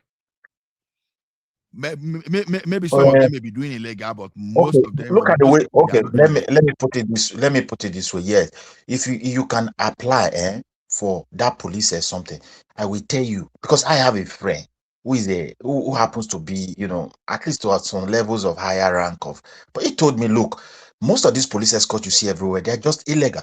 There are only few people pass through the rifle channel. Very few, not up to 1%. Then the rest people is just a guy in the office, they collect money and they assign people to them. That's what they're doing. That's why sometimes when something happens, to say, let me say this. See, I've seen cases, and I don't want to speak much because it has to do like family members and stuff and people that I know. When they need military guys, maybe they're going to a place and they're not sure, or they're having some parties or whatever, they can get the military guys to escort them. Are you telling me that's Nigeria's law? That's not under our law. There's no law that you can just go to the barrack and get military to escort you. No, that's a different situation now. It's the same thing with police. People do that with police as well. No, as long as you have your money. Those VIP are not illegal. That's what I'm saying. What's not illegal? It's illegal. Hold on. Now, like the traditional ruler now, you understand, some of them, they assigned one police to them. Some have 3 policemen. You understand? When you go to some key traditional rulers, that's what you will see. They have police. So that is not illegal. Are you even listening to yourself? We have low police counts in Nigeria. Maybe like we need 1 million and we only have 200. So out of that 200, you have about half of those carrying purses around, and we're still discussing this. Does that even make sense to us? So what No, type that's of another policy? thing entirely you are What type saying of now. policy are they No, saying that you are you talking. can go? We are talking whether VIP attaching VIP to police to VIP is illegal. That's what you just said. That's what we are discussing. It's not illegal in itself. Yeah, but the It's guy not he's illegal. saying that most of those that's gang police, they're all illegal. And I agree to that because I would just say some of them, not most of them, because you want to say attachment of police to member of National Assembly, to Wait now, national rulers. that's Ola, not wait. what we're saying. Ola, wait. I'll Let give you me an put it this example. way. Ola, Why is E-Money getting police escorts? Who is he? Why is this guy, fashion guy, Sheyi Modi or whatever they call him? Why is he getting escort of police? Obi Why Kubana, all those classes exactly? of Why people. is those guys getting why is all your celebrity they want to go to church, they want to go to parties, stupid parties, they're getting escort? Are you telling me those You saw are one actress that was jogging and police were, she want to do some thank you. jogging And you're telling me exercise. that's Ola, is that look, I am talking from a direct source. This guy told me, look, all those VIP to senators and those ones are legal. You can't withdraw those ones. I don't think the president will risk that because he's going. Or else one day they carry one. It's going to be very terrible. no, they should So go to private agency. They should go all those. they If you don't. go to other countries, they all have FBI and secret Let me agents. tell you, No, guys. Let me tell you. Oriola, I'm still talking about the reality that was on ground before Tinubu announced this announcement. There are people who have legal right, like some traditional leaders, where to do people in the society. But majority of all these escorts you see around, businessmen, celebrity, people who make noise, some of them don't even have money. They are 100% illegal. I'm telling you. Even some of us on this platform, we know. Hold on. You go to Nigeria Midwest. today, you know the people to call just because you have some change in your pocket, and they will escort you. Oriola Joe. See, I don't want us to just talk blankly. You understand? You will see what the president said, that the role of those VIP people should be transferred to civil defense. You understand? Now, the thing is this. For you understand? For you, now, if you apply for police protection now, all those police escorts, all you just need to do is to tell a commander, and that commander go through the process, through the Inspector General of Police, Office of State Commissioner. Once it is approved, it's legal.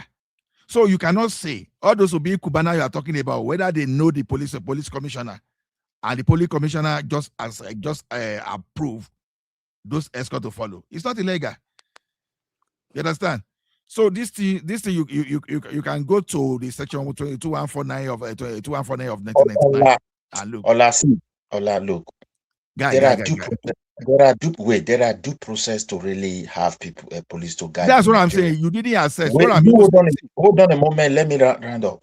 Look, the police you see escort everywhere. I will tell you, insider told me they don't pass through this due process before they acquire all these people. Because you talk to someone, you talk to one person, you cannot use that one to judge. That's what I'm saying. Because you know one person and you talk to the person, and the person told you that it's illegal. It does not mean it's illegal. Wait now, I beg you. This thing, even the Agboteku himself, he knew very well that these things, they themselves, they have been complaining internally. Not that they don't complain about this issue.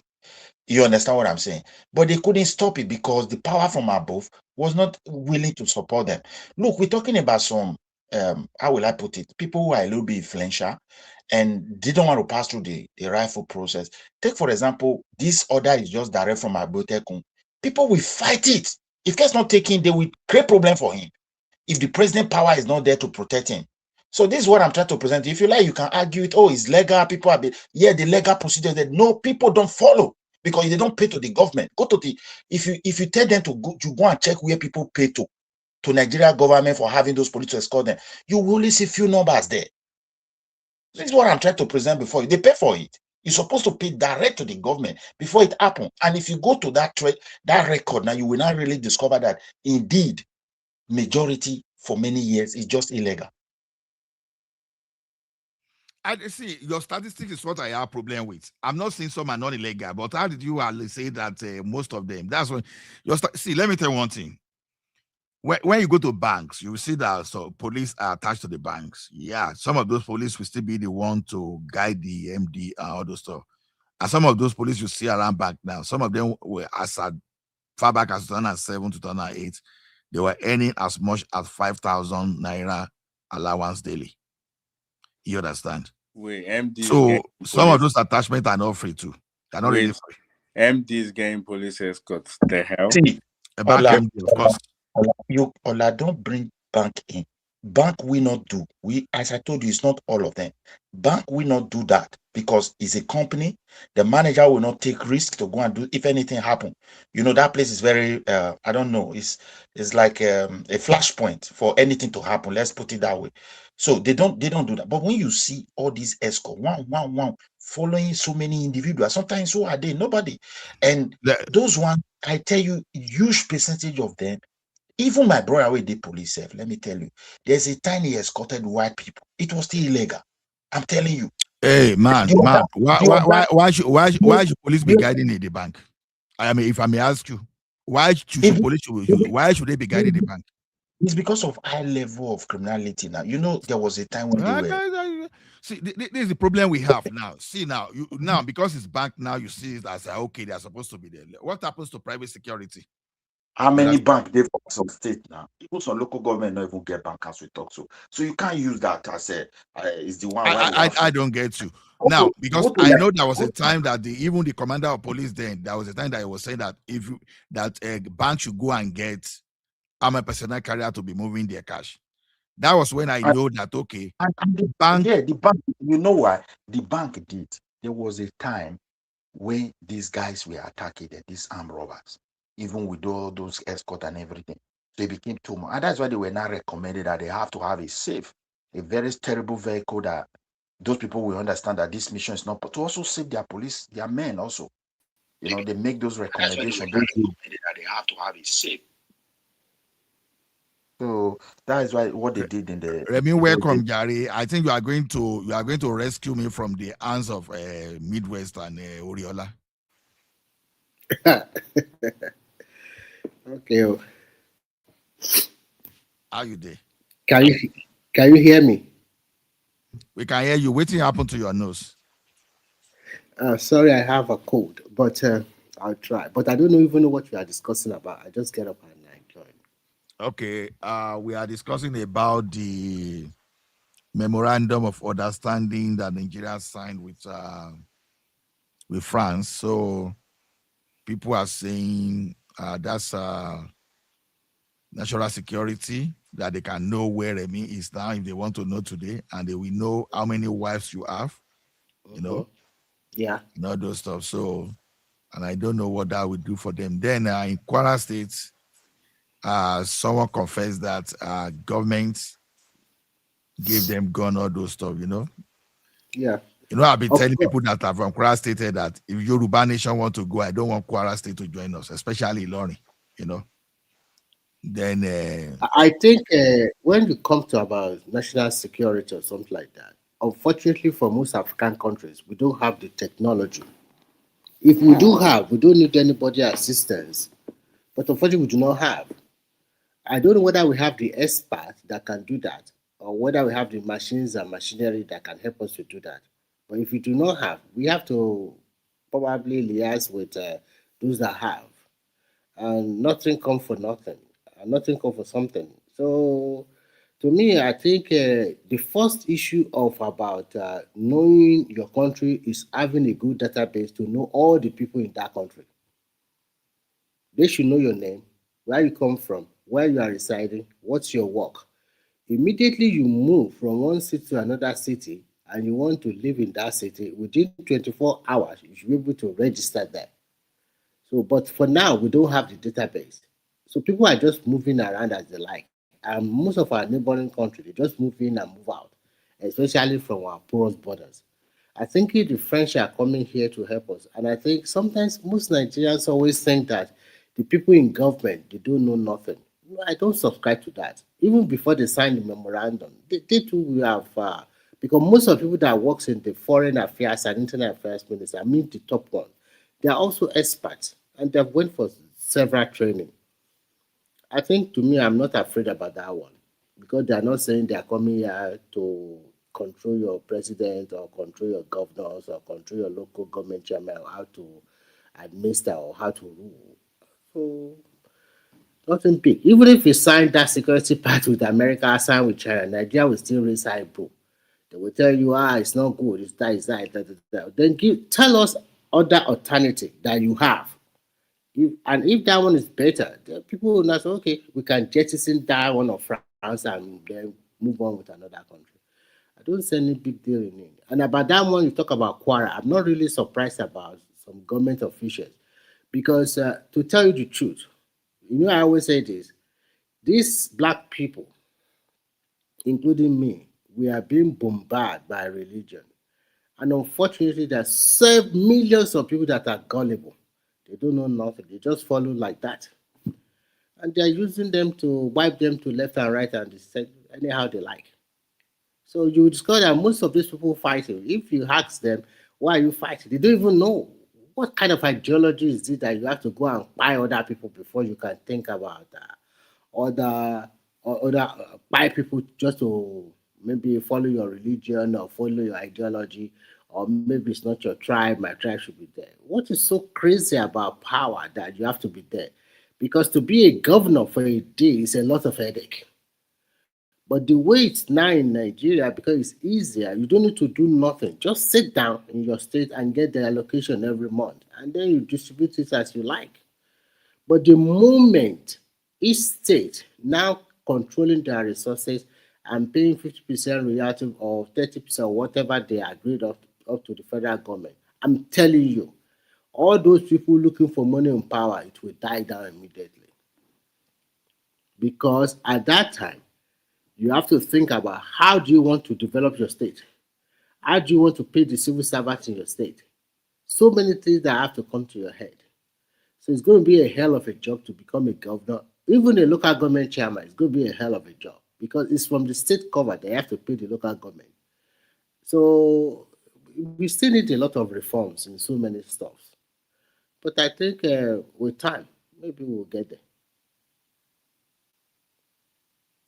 Hello? Hello, I'm hearing you. Me, I did here, but I don't know of other people. So maybe for now I will stop so that other people can talk because I can't talk for too long because of my situation. No, I was about to, in this how Nigeria has moved backward, do a person like you really feel guilty that you contributed significantly to the backwardness of Nigeria? I do not feel like that. I even feel that I'm in the middle. I think I was born during the time that I know some of our history, and I was also part of those new reform, new innovations about information technology and the rest. I was in the middle, and I think my generation suffered. Who did you vote for in 2015? I did not vote. I was not in Nigeria. Okay, who did you campaign for? Actually, to be frank with you, I campaigned for Buhari that time. And the reason, my sole reason for campaigning for Buhari that time, apart from I witnessed some of what he did in 1983, I also think that it would be a slap on people because Jonathan have ruled for the remaining part of Jaradua, ruled for another 4 years. Actually, because I look at objectivity and fairness. So I don't think Jonathan should have gone ahead and contest that 2015 election. And sorry to cut you short, even today, as I speak today, if they bring that Jonathan again and bring Buhari, great Buhari from the dead, even as two of them has finished ruling before, they bring Jonathan today to contest with Buhari, I will still vote Buhari. So, as I was saying, even apart from that, to be frank with you, Ola, to me, I did not see any visible development that Jonathan did during his 6 years. He was lucky. Look at the external reserve, about 60 billion. They are selling a crude about more than $100. And there's no visible development in infrastructure in Nigeria. So many stuff just went wrong unnecessarily. So when you look at every Okay. Today, are you proud of trading money for insecurity of Nigeria? Because no, either I'm will looking like at it it. or not. I'm looking at it one by one. In terms of You add this one to yeah, in report terms so of that security and economy, I think I blame Buhari 75 do you agree that 70%. that guy imported banditry in the to add up to Sure. Boko But Haram? I told you that it was not a good That's president not because true. That's not true. He didn't he look point other by the way tree. Stop. around. You guys should stop saying things like that. He Look, I really don't like it when you don't like imported somebody. banditry, You start madam. crooking up Is something for. How can you evidence is say on Buhari national imported banditry to Nigeria? Come on evidence now. is on I think what they evidence is on national TV and nobody has gone to sue I those think people what you that can made say, that Ola, to me, what you can say is this. I think when there was insecurity, when he was ruling, he looked the other way around, trying to protect his own people. Because the no. country, this is 2020 something, and we are still Toward doing 2015 election, there was this meeting that they said they held that meeting and they look at how they were going to, you understand, go to public space and find this information there now and go and tackle those people that It's said true. so they It's should true go that and it was arrest. in the If public space. Rufai is alive, Rufai is alive, and those people they mentioned, let them go and arrest now. When they said, okay, how were they going to respond to Jonathan? That these people they use ATLR to go and Do bring you a foreign know, military. Ola, do So you know what causes why are this we thing? saying that the Do you man know didn't what import causes most of banditry? this problem? Buhari looked the other way around when the other farmers clashes and so many of this insecurity. He look away. Then They said two, Buhari was in that meeting when they were planning on how to bring people that will counter that will no, counter Jonathan. You are saying look away when he was part of those no, people I'm that not imported talking about banditry. that. I'm talking about when he was ruling. Actually, they might have that plan. You might be right. You might be right. They have a He plan brought that someone and you are saying look away. Looking away does no, not mean that listen they didn't first. do Listen it. at what the context of what I'm saying. There are two things we are saying here. Before he became the president, they might have a plan that Jonathan might refuse to hand over power to him, and then they will now release those guys. Of course, that you might be true. Then I'm talking about when he was ruling himself, when there's all this insecurity that they will go to people's farmland, buy people there, destroy their farmland. He looked away. That is a terrible leader. That is the truth. But I'm not comparing with any other person. He did not perform very well in terms of insecurity. And in terms of economy, maybe I don't know, maybe because it's too old or he cannot handle it. The moment Adeosun left that government, that woman finance minister, that then the cuckoo started to crumble. And since that time, we never know Nigeria just gone ill. And of course, unfortunately for us, COVID-19 also came. And you know that some countries are still suffering, a country that was not planned before, nothing was planned. And we are still continuing to borrow money to subsidize the oil that we cannot even find in most petrol stations in Nigeria. Everybody just doing, it's a lawless state, okay? So to put this country back into the right direction, it really is somebody that would do a big reform, continue the reform, and live for the next 15 years to make this country a better country. That reform has to go for 16 years, continuous one, before generation yet unborn that are maybe born now can enjoy in the next 16 years. If not, You will see. You remember the letter the Obasanjo wrote to Buhari? Let me quote it for you. Allowing armed Fulani herders from neighboring countries, Niger, Chad, Mali, into Nigeria, failing to control border, creating conditions that fuel banditry and terrorism. in as much as Hold on. Why people So you are believe saying? Obasanjo? Hold on. So, madam, if I don't believe Obasanjo, who should I believe? even if Obasanjo wrote something like that, Obasanjo is Because also one of the Obasanjo wrote that thing, that means that thing is happening. You don't know No, Obasanjo. I know. Who should what I I be? want Okay, to say, let me is tell that you. is it not the same Obasanjo was not the Obasanjo first person to because say of it. politics? Ola, take this along. Is it not the same because of politics? Allow most of these northern states, some of them, to have that Sharia law. Come on, let's say the truth. It's not a No, good guy, man. guy, That's what you focus. said. Don't shift. We are talking of I'm not banditry. shifting. I'm Now, not shifting. now let me tell you one thing. Autumn, you understand? He accused Obasanjo, right? Repeatedly. Now, someone recently came to the national TV and accused and just related how, you understand, they brought those foreign militia that became bandits in Nigeria. You understand to say? So when you see many people and they put their face to this allegation, as long as nobody has gone to the court to challenge that this never happened, and now being the advocate, being a lawyer standing on behalf of Buhari that they didn't do it, when the man himself didn't have that boldness to come out and say it's not. Do you know? Okay, now they are charging one of his lieutenant now. You understand? Which is a Malami now. That was supposed to even rot in jail, to be frank. Now, okay. Now, when you are saying he's supposed to be rot in jail, what are the offenses? What are these offenses? Can you just I will tell you, there is this signatory account that federal government already concluded the payment. This guy went ahead and get some 2 lawyers, and he paid them about $17 to $18 million. Now, to trace the money cannot be traceable. That is a fraud. Okay, so many signatory, so many things that have to do with Abacha that this guy collected and pocketed. And during his reign, when he was the Attorney General, he's quite sure that he's protecting a lot of people. He does not even use his brain to find solutions to most Nigerian problems. So I think at the end of the day, he won't be able to explain the source of his wealth. You will see it. And I think this time around, it's quite unfortunate for him now, because all eyes are all on Nigeria. There's no escape route. He will go to jail. Maybe another government can now release him in future. But this one, that all eyes are all on Nigeria.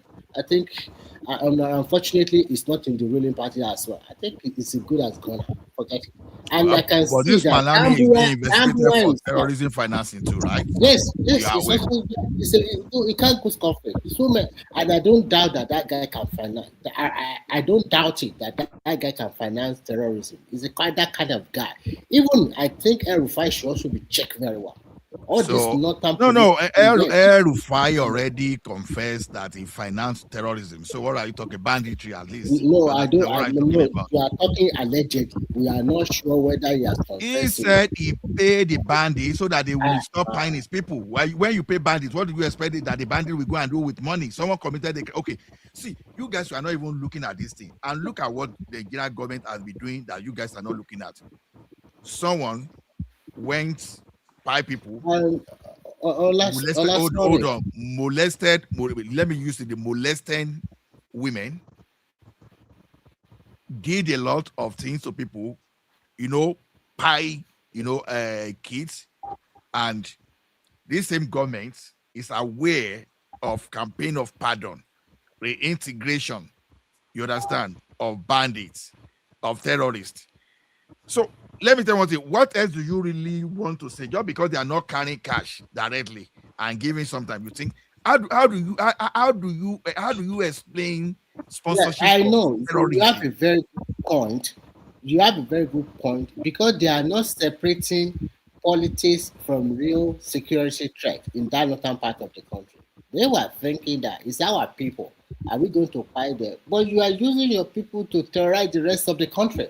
You are using your people not to make the country safe or safer, and you are using your own people not to make the other people in that region, in that country, to live their own life peacefully. You are destroying their property unnecessarily. Who will continue to open their eyes and let you destroy their property, buy their people and the rest? This is unfair. So it's quite unfortunate. But I just want to tell people now you agree now that Buhari financed supported terrorists. Yeah. I want us to really talk about this as MOU with France. Now, with what Tinubu have signed with France, don't you think there is also the possibility of it becoming a problem to us in the nearest future as well? Just the way we are discussing about it. I think what you should ask yourself is that if you are not signing that MOU with France, which other country do you want to sign with? Is it America that you not raise eyebrow? Is it UK you will raise eyebrow? Is it Russia you will raise eyebrow? You can't be an isolation. You can't be an isolated country. You have to I move know. along. Yeah. So I know think we there's cannot. no need of us to be complaining too much. I know we cannot be. But what I'm speaking to is the national interest of what we tomorrow be. And again, the way we do things, let us be honest, even if the president from your tribe, you should make, they didn't even debate this kind of something in the National Assembly. No. Do you know Wait a moment. With executive order now, and MOU has been signed. Well, the MOU is not really binding anyway, but it's a step forward. And doing it without proper discussion. These are the things I always worried about, because sometimes in the process of discussion, the president is saying you shouldn't worry too much about this thing. You have to look at your country. What is the problem now? What is the immediate solution, short-term solution and long-term solution? No matter what you sign today, even if you want to buy military equipment, you cannot get it tomorrow. It takes time. So what are the things you need to do now so that in the next few months, in the long run, then when you get the thing you are going to fight with, can't you see that they are now using more of DSSS to penetrate all these terrorists, their camp? And that is why you are seeing some results now. So I don't like the situation where when you want to do something, you are looking at the future every time. If you are looking at the future, you never move a needle. That has been the drawback of most African countries. Let me use example of the developed country for you. Let me use example. Like the so-called America now. Every government come 4 years, they will go. Immediately they come in, they are not looking at in the next 30, 40 years. They are eating the grain on the hand. When Trump said he's going to cancel a lot of people's visa, did you not cancel it? Why can't they talk about future implication? They don't care. They just do whatever will benefit their country now, or what will stop the problem now. But most Nigerians, listen, and you will stop. Most Nigerians always think about the first thing is that if I'm going to do something, what would be the implication in the next 1 year, 2 years, 3 years, 4 years? Who cares? Solve the problem now and then deal with another problem of it in the future. But if you can solve all the problem today, that will be fine. But if you cannot solve it, solve something up to 70%, and the rest you can solve it later. But if you are thinking most times, what problem will it cause? I'm interested. What problem will it cause to start with? What? I'm asking Midwest. What problem will it cause? Okay.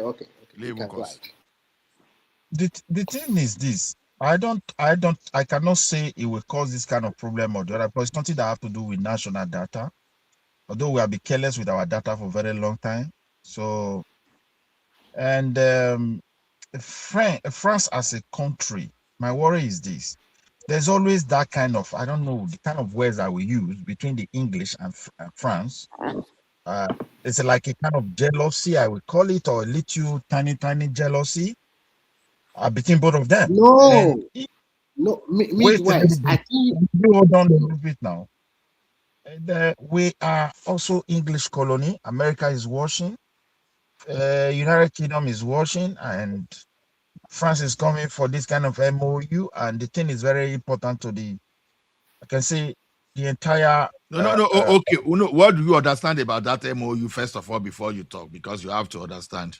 I think the little thing I know, you can elaborate on it. France is coming to help us to build our tax data and the kind of tax reform that is trying to introduce. France want to be involved, and they will train our people.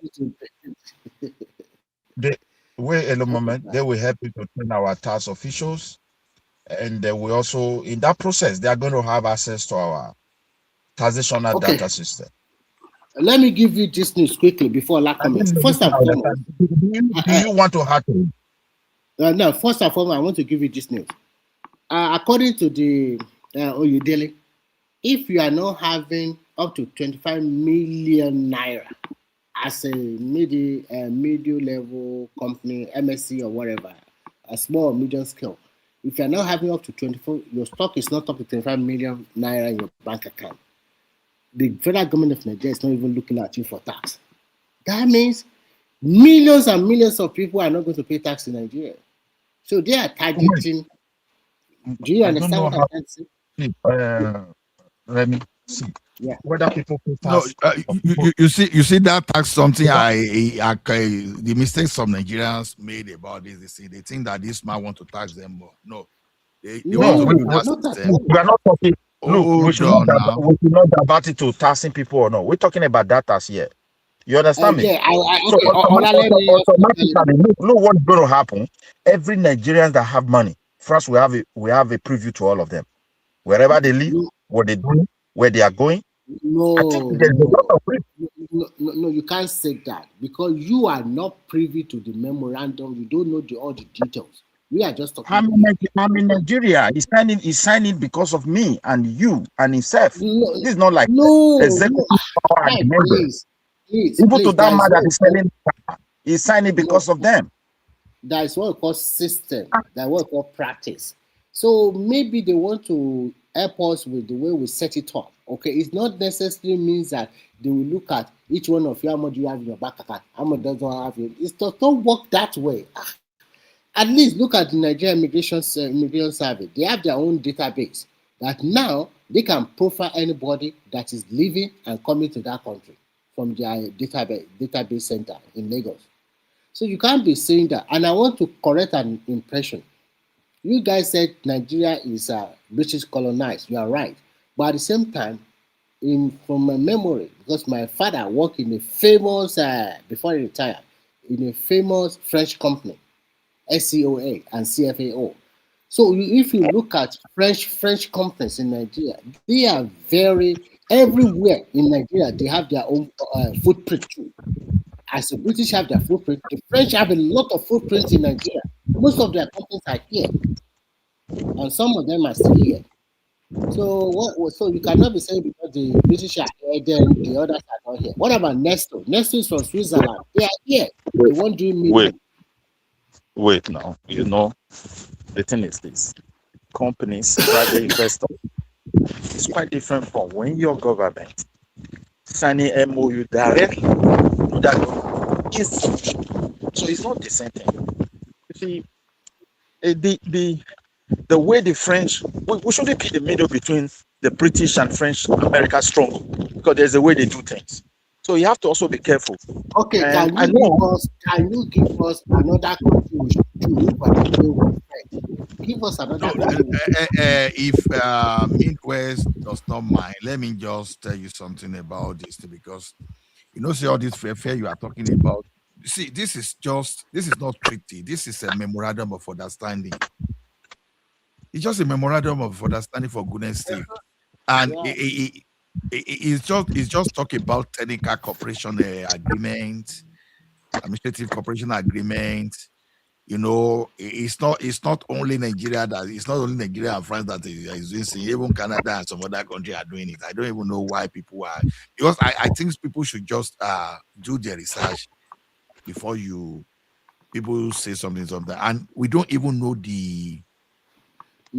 Ola, you know what? I think it's because of propaganda, especially in the social media.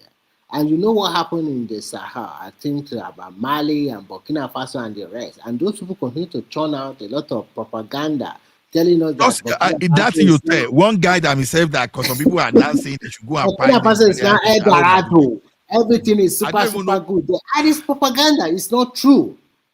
It's not true. And that's why I said that a lot of Nigerians, because they are not gullible, they don't research by themselves. Anything they hear from social media, they just believe it, and that is final. So you can believe that a Burkina Faso that GDP cannot even pass the GDP of your state. They are now telling you it's a super state in West Africa. It's better than Nigeria. Their leader is doing the wonderful thing, and it's all propaganda. There was a guy that was living in Burkina Faso that was relaying an experience as in Nigeria that the place is worse, is terrible, more than. So sometimes Nigeria don't appreciate what they have. How can you be comparing a failed state like Burkina Faso, Mali, and the rest with Nigeria that still have a pocket of hope? So many people also come to Nigeria. They were surprised that most Nigerian capital cities have developed because, especially by road, if they're coming through Cameroon, they were most surprised that, oh God, and things were changing. Of course, maybe not at the pace Nigerians want.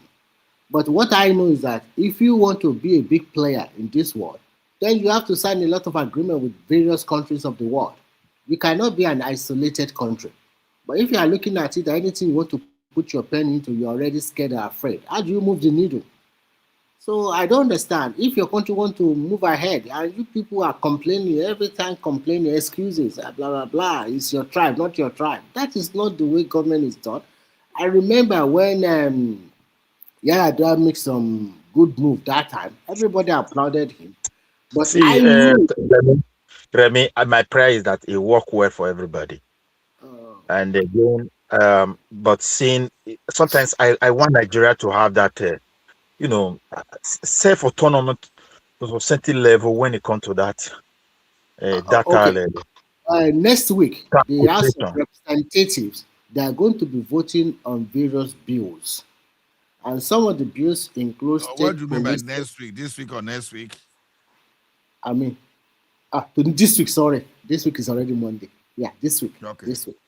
They are going to be voting on various bills about state policing, judiciary, electoral reforms, and so many other stuff.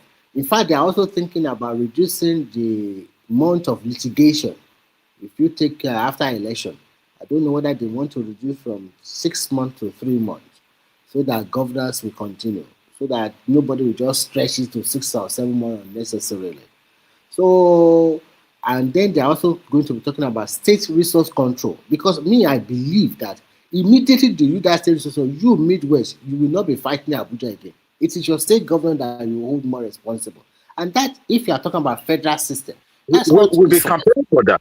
We'll be campaigning for that. If it took, I'm not saying because I said I'm talking about the But the task. problem, the issue that there are some analysts that they are saying that the state police, the northern people have keyed in, but that state resource control, some of them are still skeptical to key in, and that is why the problem lies. The reason is this: the northerners will not settle well with state resources control. At the moment, they need much. They need much for federal to survive because the insecurity have When will they stop? When they have been the insecurity have ravaged the entire economy. Most of the states is it not the architect? They are the architect of their own downfall now. Yeah, but what I'm saying is this: whether they key in, they don't key in. Tinubu must look for a way to make sure whether he can use Supreme Court to do it. Let it do as he did local government. Once it's in existence, and that's all. Let people go and fend for themselves. That local government total autonomy is also there in that bit. They are going to be voting for it. Because so they just do it and they let it go. You know. So everybody. They are also talking about. They are talking about local government election. Maybe they want to move it from the so that the state that want to buy road to equip their citizens should be doing that. The others who want to send their citizens for apprenticeship and to learn something and skills, whether they are university graduate, and we do their own and see who will succeed in the future. Some government will just collect free money, go and buy wheelbarrow and shovel and say we are empowering youth to go and do farm. Now we buy the it's very fun. And some will collect money and go and marry 1,000 people off. What is that? Yes. Then you collect money, you go and buy ticket for people to go to Hajj, they call it, I don't know. I'm not talking about jihad. I'm not talking about that jihad. That is different. What I am talking about is taking young people of 2 or 3 or 500 people, coming them together and doing big marriage ceremony for them. To me, it's a total waste of fun. And I think the truth must be if the people of that place continue to use the same ideology, because of politics, not sending their children to school or making sure that everybody, there is nobody begging on the street anymore. Force them to school, build a hostel for them, give them 24-hour security there. Remy, You understand? see what will So, happen once we have state police. That is when the state will be having power to say, look, my friend, you go leave our state for us, go to another place. of Because some course people now, need to go, some people of need course. to go, they need to go to their place of origin. They need to. Of course, Yeah, because your they just state need to. cannot be prospering while some people from other part of Nigeria want to enjoy. You kick them out systematically. You are not a resident, so you will not be allowed to free medical, free school, free all of this, and they have to go back to their state. Yeah. Or you should pay for the services. That is how Just some like states do. you just carry trailer, you load human being like sardine. And under Nigeria law, trailer is supposed to carry passenger. They will be You know coming what they direct used to to, you know what they they used will to people do, will flow like animal. Almost thousands in number. what Let's they say are doing, hundreds. what they are doing is that during the off-peak season, they will send their people down south to come and do any kind of menial jobs. And when the rainy season comes for agriculture, they go back and do the agriculture wherever. But because they are in the south and they see that this place is peaceful, why should I go and be a farmer? I can be an Okara rider and I can even make more money. But the irony of it is that the money they are making in the south, they go back to their village, they get married the third, fourth wife, and then they continue to they populate.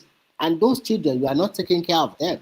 You're only taking care of yourself down in the south here. You don't care.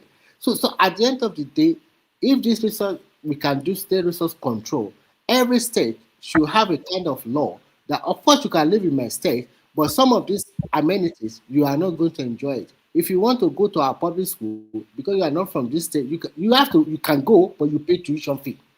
You have to pay school fees. That is how it's supposed to be. This way it will curb a lot of people from coming unnecessarily. That's true. No, I think some things are critical to moving that country forward if we must move together. Number one, if you ask me, Sharia need to go off our constitution. Nobody is discussing it now because if these people are valid now, I think the evildoers, they'll be waiting for the right time to indoctrinate Nigerians, especially the innocent one that will come in the future that they don't even understand what people are facing today. Yeah. Just like most of us today, na lie is too much. Even when we are seeing the right thing, when we are seeing all the threat, we like to deny it. And before we know, the thing is staring at us now. You understand? Na lie is too much. How do I mean is this?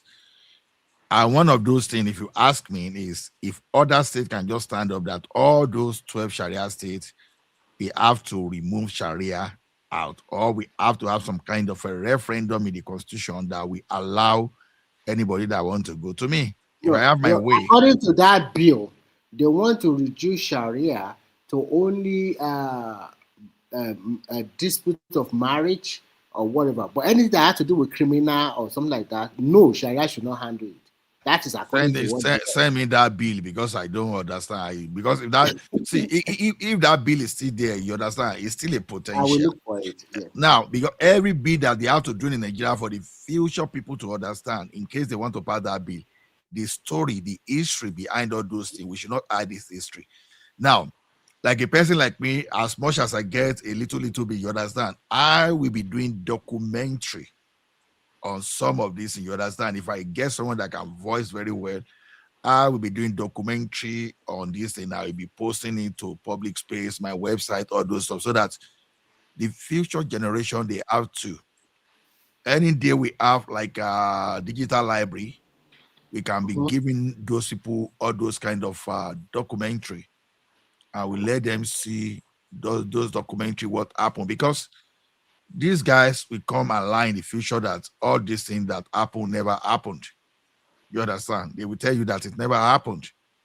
And because they are, before you know, they will change strategy and they will start they start buying property. Just imagine if people that are property in Lagos are supposed to be Fulani instead of instead of our Igbo brothers.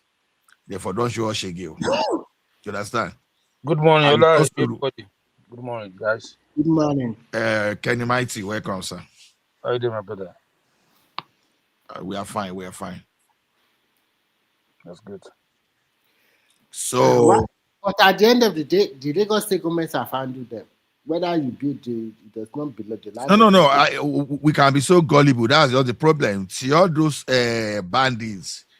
See, they will just some of them because you know they are raising money now. Lagos State is even trying. Come to the southwest where you see a lot of. Let me tell you, the money that all these bandits and terrorists they've got from Nigeria in the name of ransom, all those stuff. You understand? I think it's even if it's not even more than the Nigerian defense. You know, if these people now start bringing this money out in the future, you understand? It start bringing the money out in the future just to come and buy property. And I think it's just a recommendation. I think one of the things the government need to do in the future is this: change the currency. Change the currency. You understand? I know some of them might have converted it and put it in dollars and all those stuff. We should find a means of tracing that money. Any money that anybody cannot explain, you cannot attach any business to it. So, and I think that is part of the reason why some people are afraid of the tax law also. Then we have to fence our borders. We keep saying this thing. You understand? Our population is not our population. There are many. In fact, I don't have the statistic, but this is just my own conjecture. Do you know I was think we have more than 40 million illegal I was immigrants even surprised that in most Nigeria. European countries, they fence their border. Exactly. They fence them, Exactly. including India fence their border. So Nigeria many countries. Ola, Nigeria is too big. Let me say it's not too big. Are you as big as America? Kenny Mighty, Nigeria is not bigger than India. It's not even bigger than so many of these. Even in Congo, Nigeria is not bigger than India. India did 5,000 kilometers of fence. You can fence it now. Fence we are talking about does not mean have to be concrete fence. It can In fact, be. It can be wire.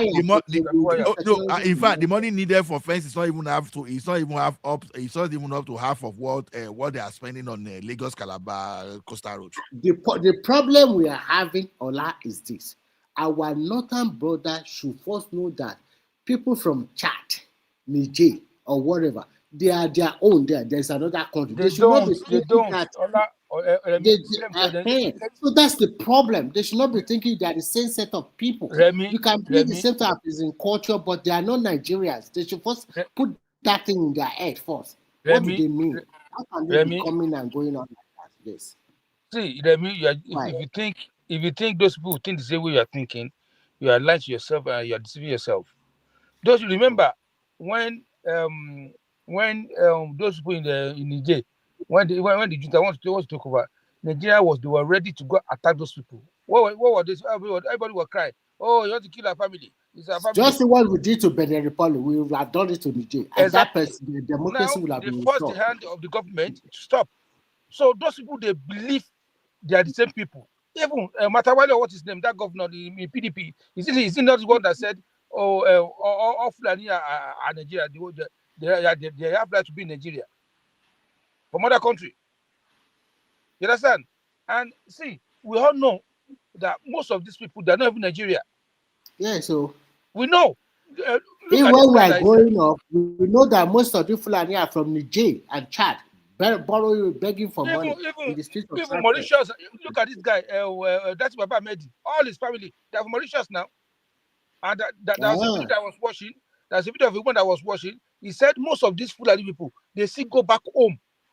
They still go back to Mauritius. They still go back to their country originally. Let them go to Mauritius and be tending to whatever. Every year, he said they go. Even that's Baba Mehdi just came back from Mauritius, so they know that that's where they come from. But it's this not people. They deliberately open the border for these people to come up to Nigeria. Why? Why is okay? Don't you have border with Benin Republic? Why are they not coming that way? Don't you have border with Cameroon? Why are they not coming that way? The same way the people are doing. You know, so if anybody think this will change, they will never change. See, the solution to this problem, the solution to this is government to give states control of people that enter the their territory. Yes. If Control Southwest, yes, if Southwest, if you're coming to Southwest now, then we should have a border in Southwest. Okay, what's your No. business here? Yeah, What's what this is do here? this is the way they will control it. For anybody coming to Southwest to come and live here, immediately that you are renting an apartment, the first thing the landlord will have to go and register with the local police. No, you should have resident permit. You should have Yes, like resident, resident permit. even if you are not even talking about local resident permit, register with the local police. Tell the police what kind of job you are doing. If you are a madman or a criminal, you will think twice. You understand? And any suspicious move, the Southwest should just take up the landlord and jail them. If they use two people as example, people will be very careful of renting an apartment out to any Tom, Dick, and Harry like that. You know what I mean? And there are so many things. those people that come to we this say, state, when we say people in the north, we not accept. You understand? No, we are not serious. When we are serious, they have no option. We have to fence that. They have to accept now. No choice now. When you continue, because hold on. Let me tell you one thing. Our population, I think we have at least 40 million aliens that are claiming Nigeria. So when we do this thing, we have to do proper censor. We have to do proper censor, and we have to restrict all those people to their country. You understand? I didn't know the one in government. I didn't know the one apply to be your president in Nigeria. Don't say people. Say people. They already. No. They are not the only. They are not the only ethnic group in Nigeria. That's what I'm saying. No, you understand? They are not the only ethnic group in Nigeria. So others, they have to stand against them. When it comes to the north, see these people, they already have power over the people in that place. But they are also revolting against them too, mind you. So things are changing drastically. Okay, imagine that Baba made, for example. If that guy become a president, you think he will close border for some people? That's why. I don't. You know what? They are also having problem now. The problem they are having is because they are too greedy, and when you are too greedy, then things will now turn back on you. What I'm trying to say is very simple. They have been in power. For example, Buhari ruled for 8 years from the northwest. For God's sake, why don't you think about, even if you want the power to go back to the north, why not from the northeast or north central? And you are preparing your ground that whenever the power comes to the north again, you want to have it. Is it only you people there? When the south, you know why? It's because we have some people from the south as well that give them the backing. People like Obasanjo. You understand? People like Obasanjo, they are the ones supporting them to take over. Because you hate somebody. No. You know. This time around, I will tell you the truth. Nothing anybody can do. Tinubu is also not a stupid man. When Obasanjo was there, his second time, it was a do or die something. He crushed everybody crushable. He won landslide. Tinubu is not even crushing. They don't do themselves with their own thing. They have to do themselves now. They have to do themselves because at the end of the day, the problem Atiku have is that Atiku thought that if he float a new party, a lot of people will rush there. But now nobody's going there. But we are see because Remy, they are not stupid too. Yeah. Remy, see all this party, all these people that blame Tinubu for the downfall of most of this party, they don't know it's their own deal. It's their own doing. Okay, Obi have control of Labour Party. Control. Why can't he hold that party tight and build that party? Now that everybody's looking for where to go now, that's where people will be going. You understand? Do you remember Kenny Mighty that Obi was there when they put Abure after the 2023 election as a national convention? Obi was there. And within some few months, you change again and caught side with another faction. Is that a leader? Yeah, because it's not taking it. And look at Atiku. Atiku knew categorically that power should go back to the south.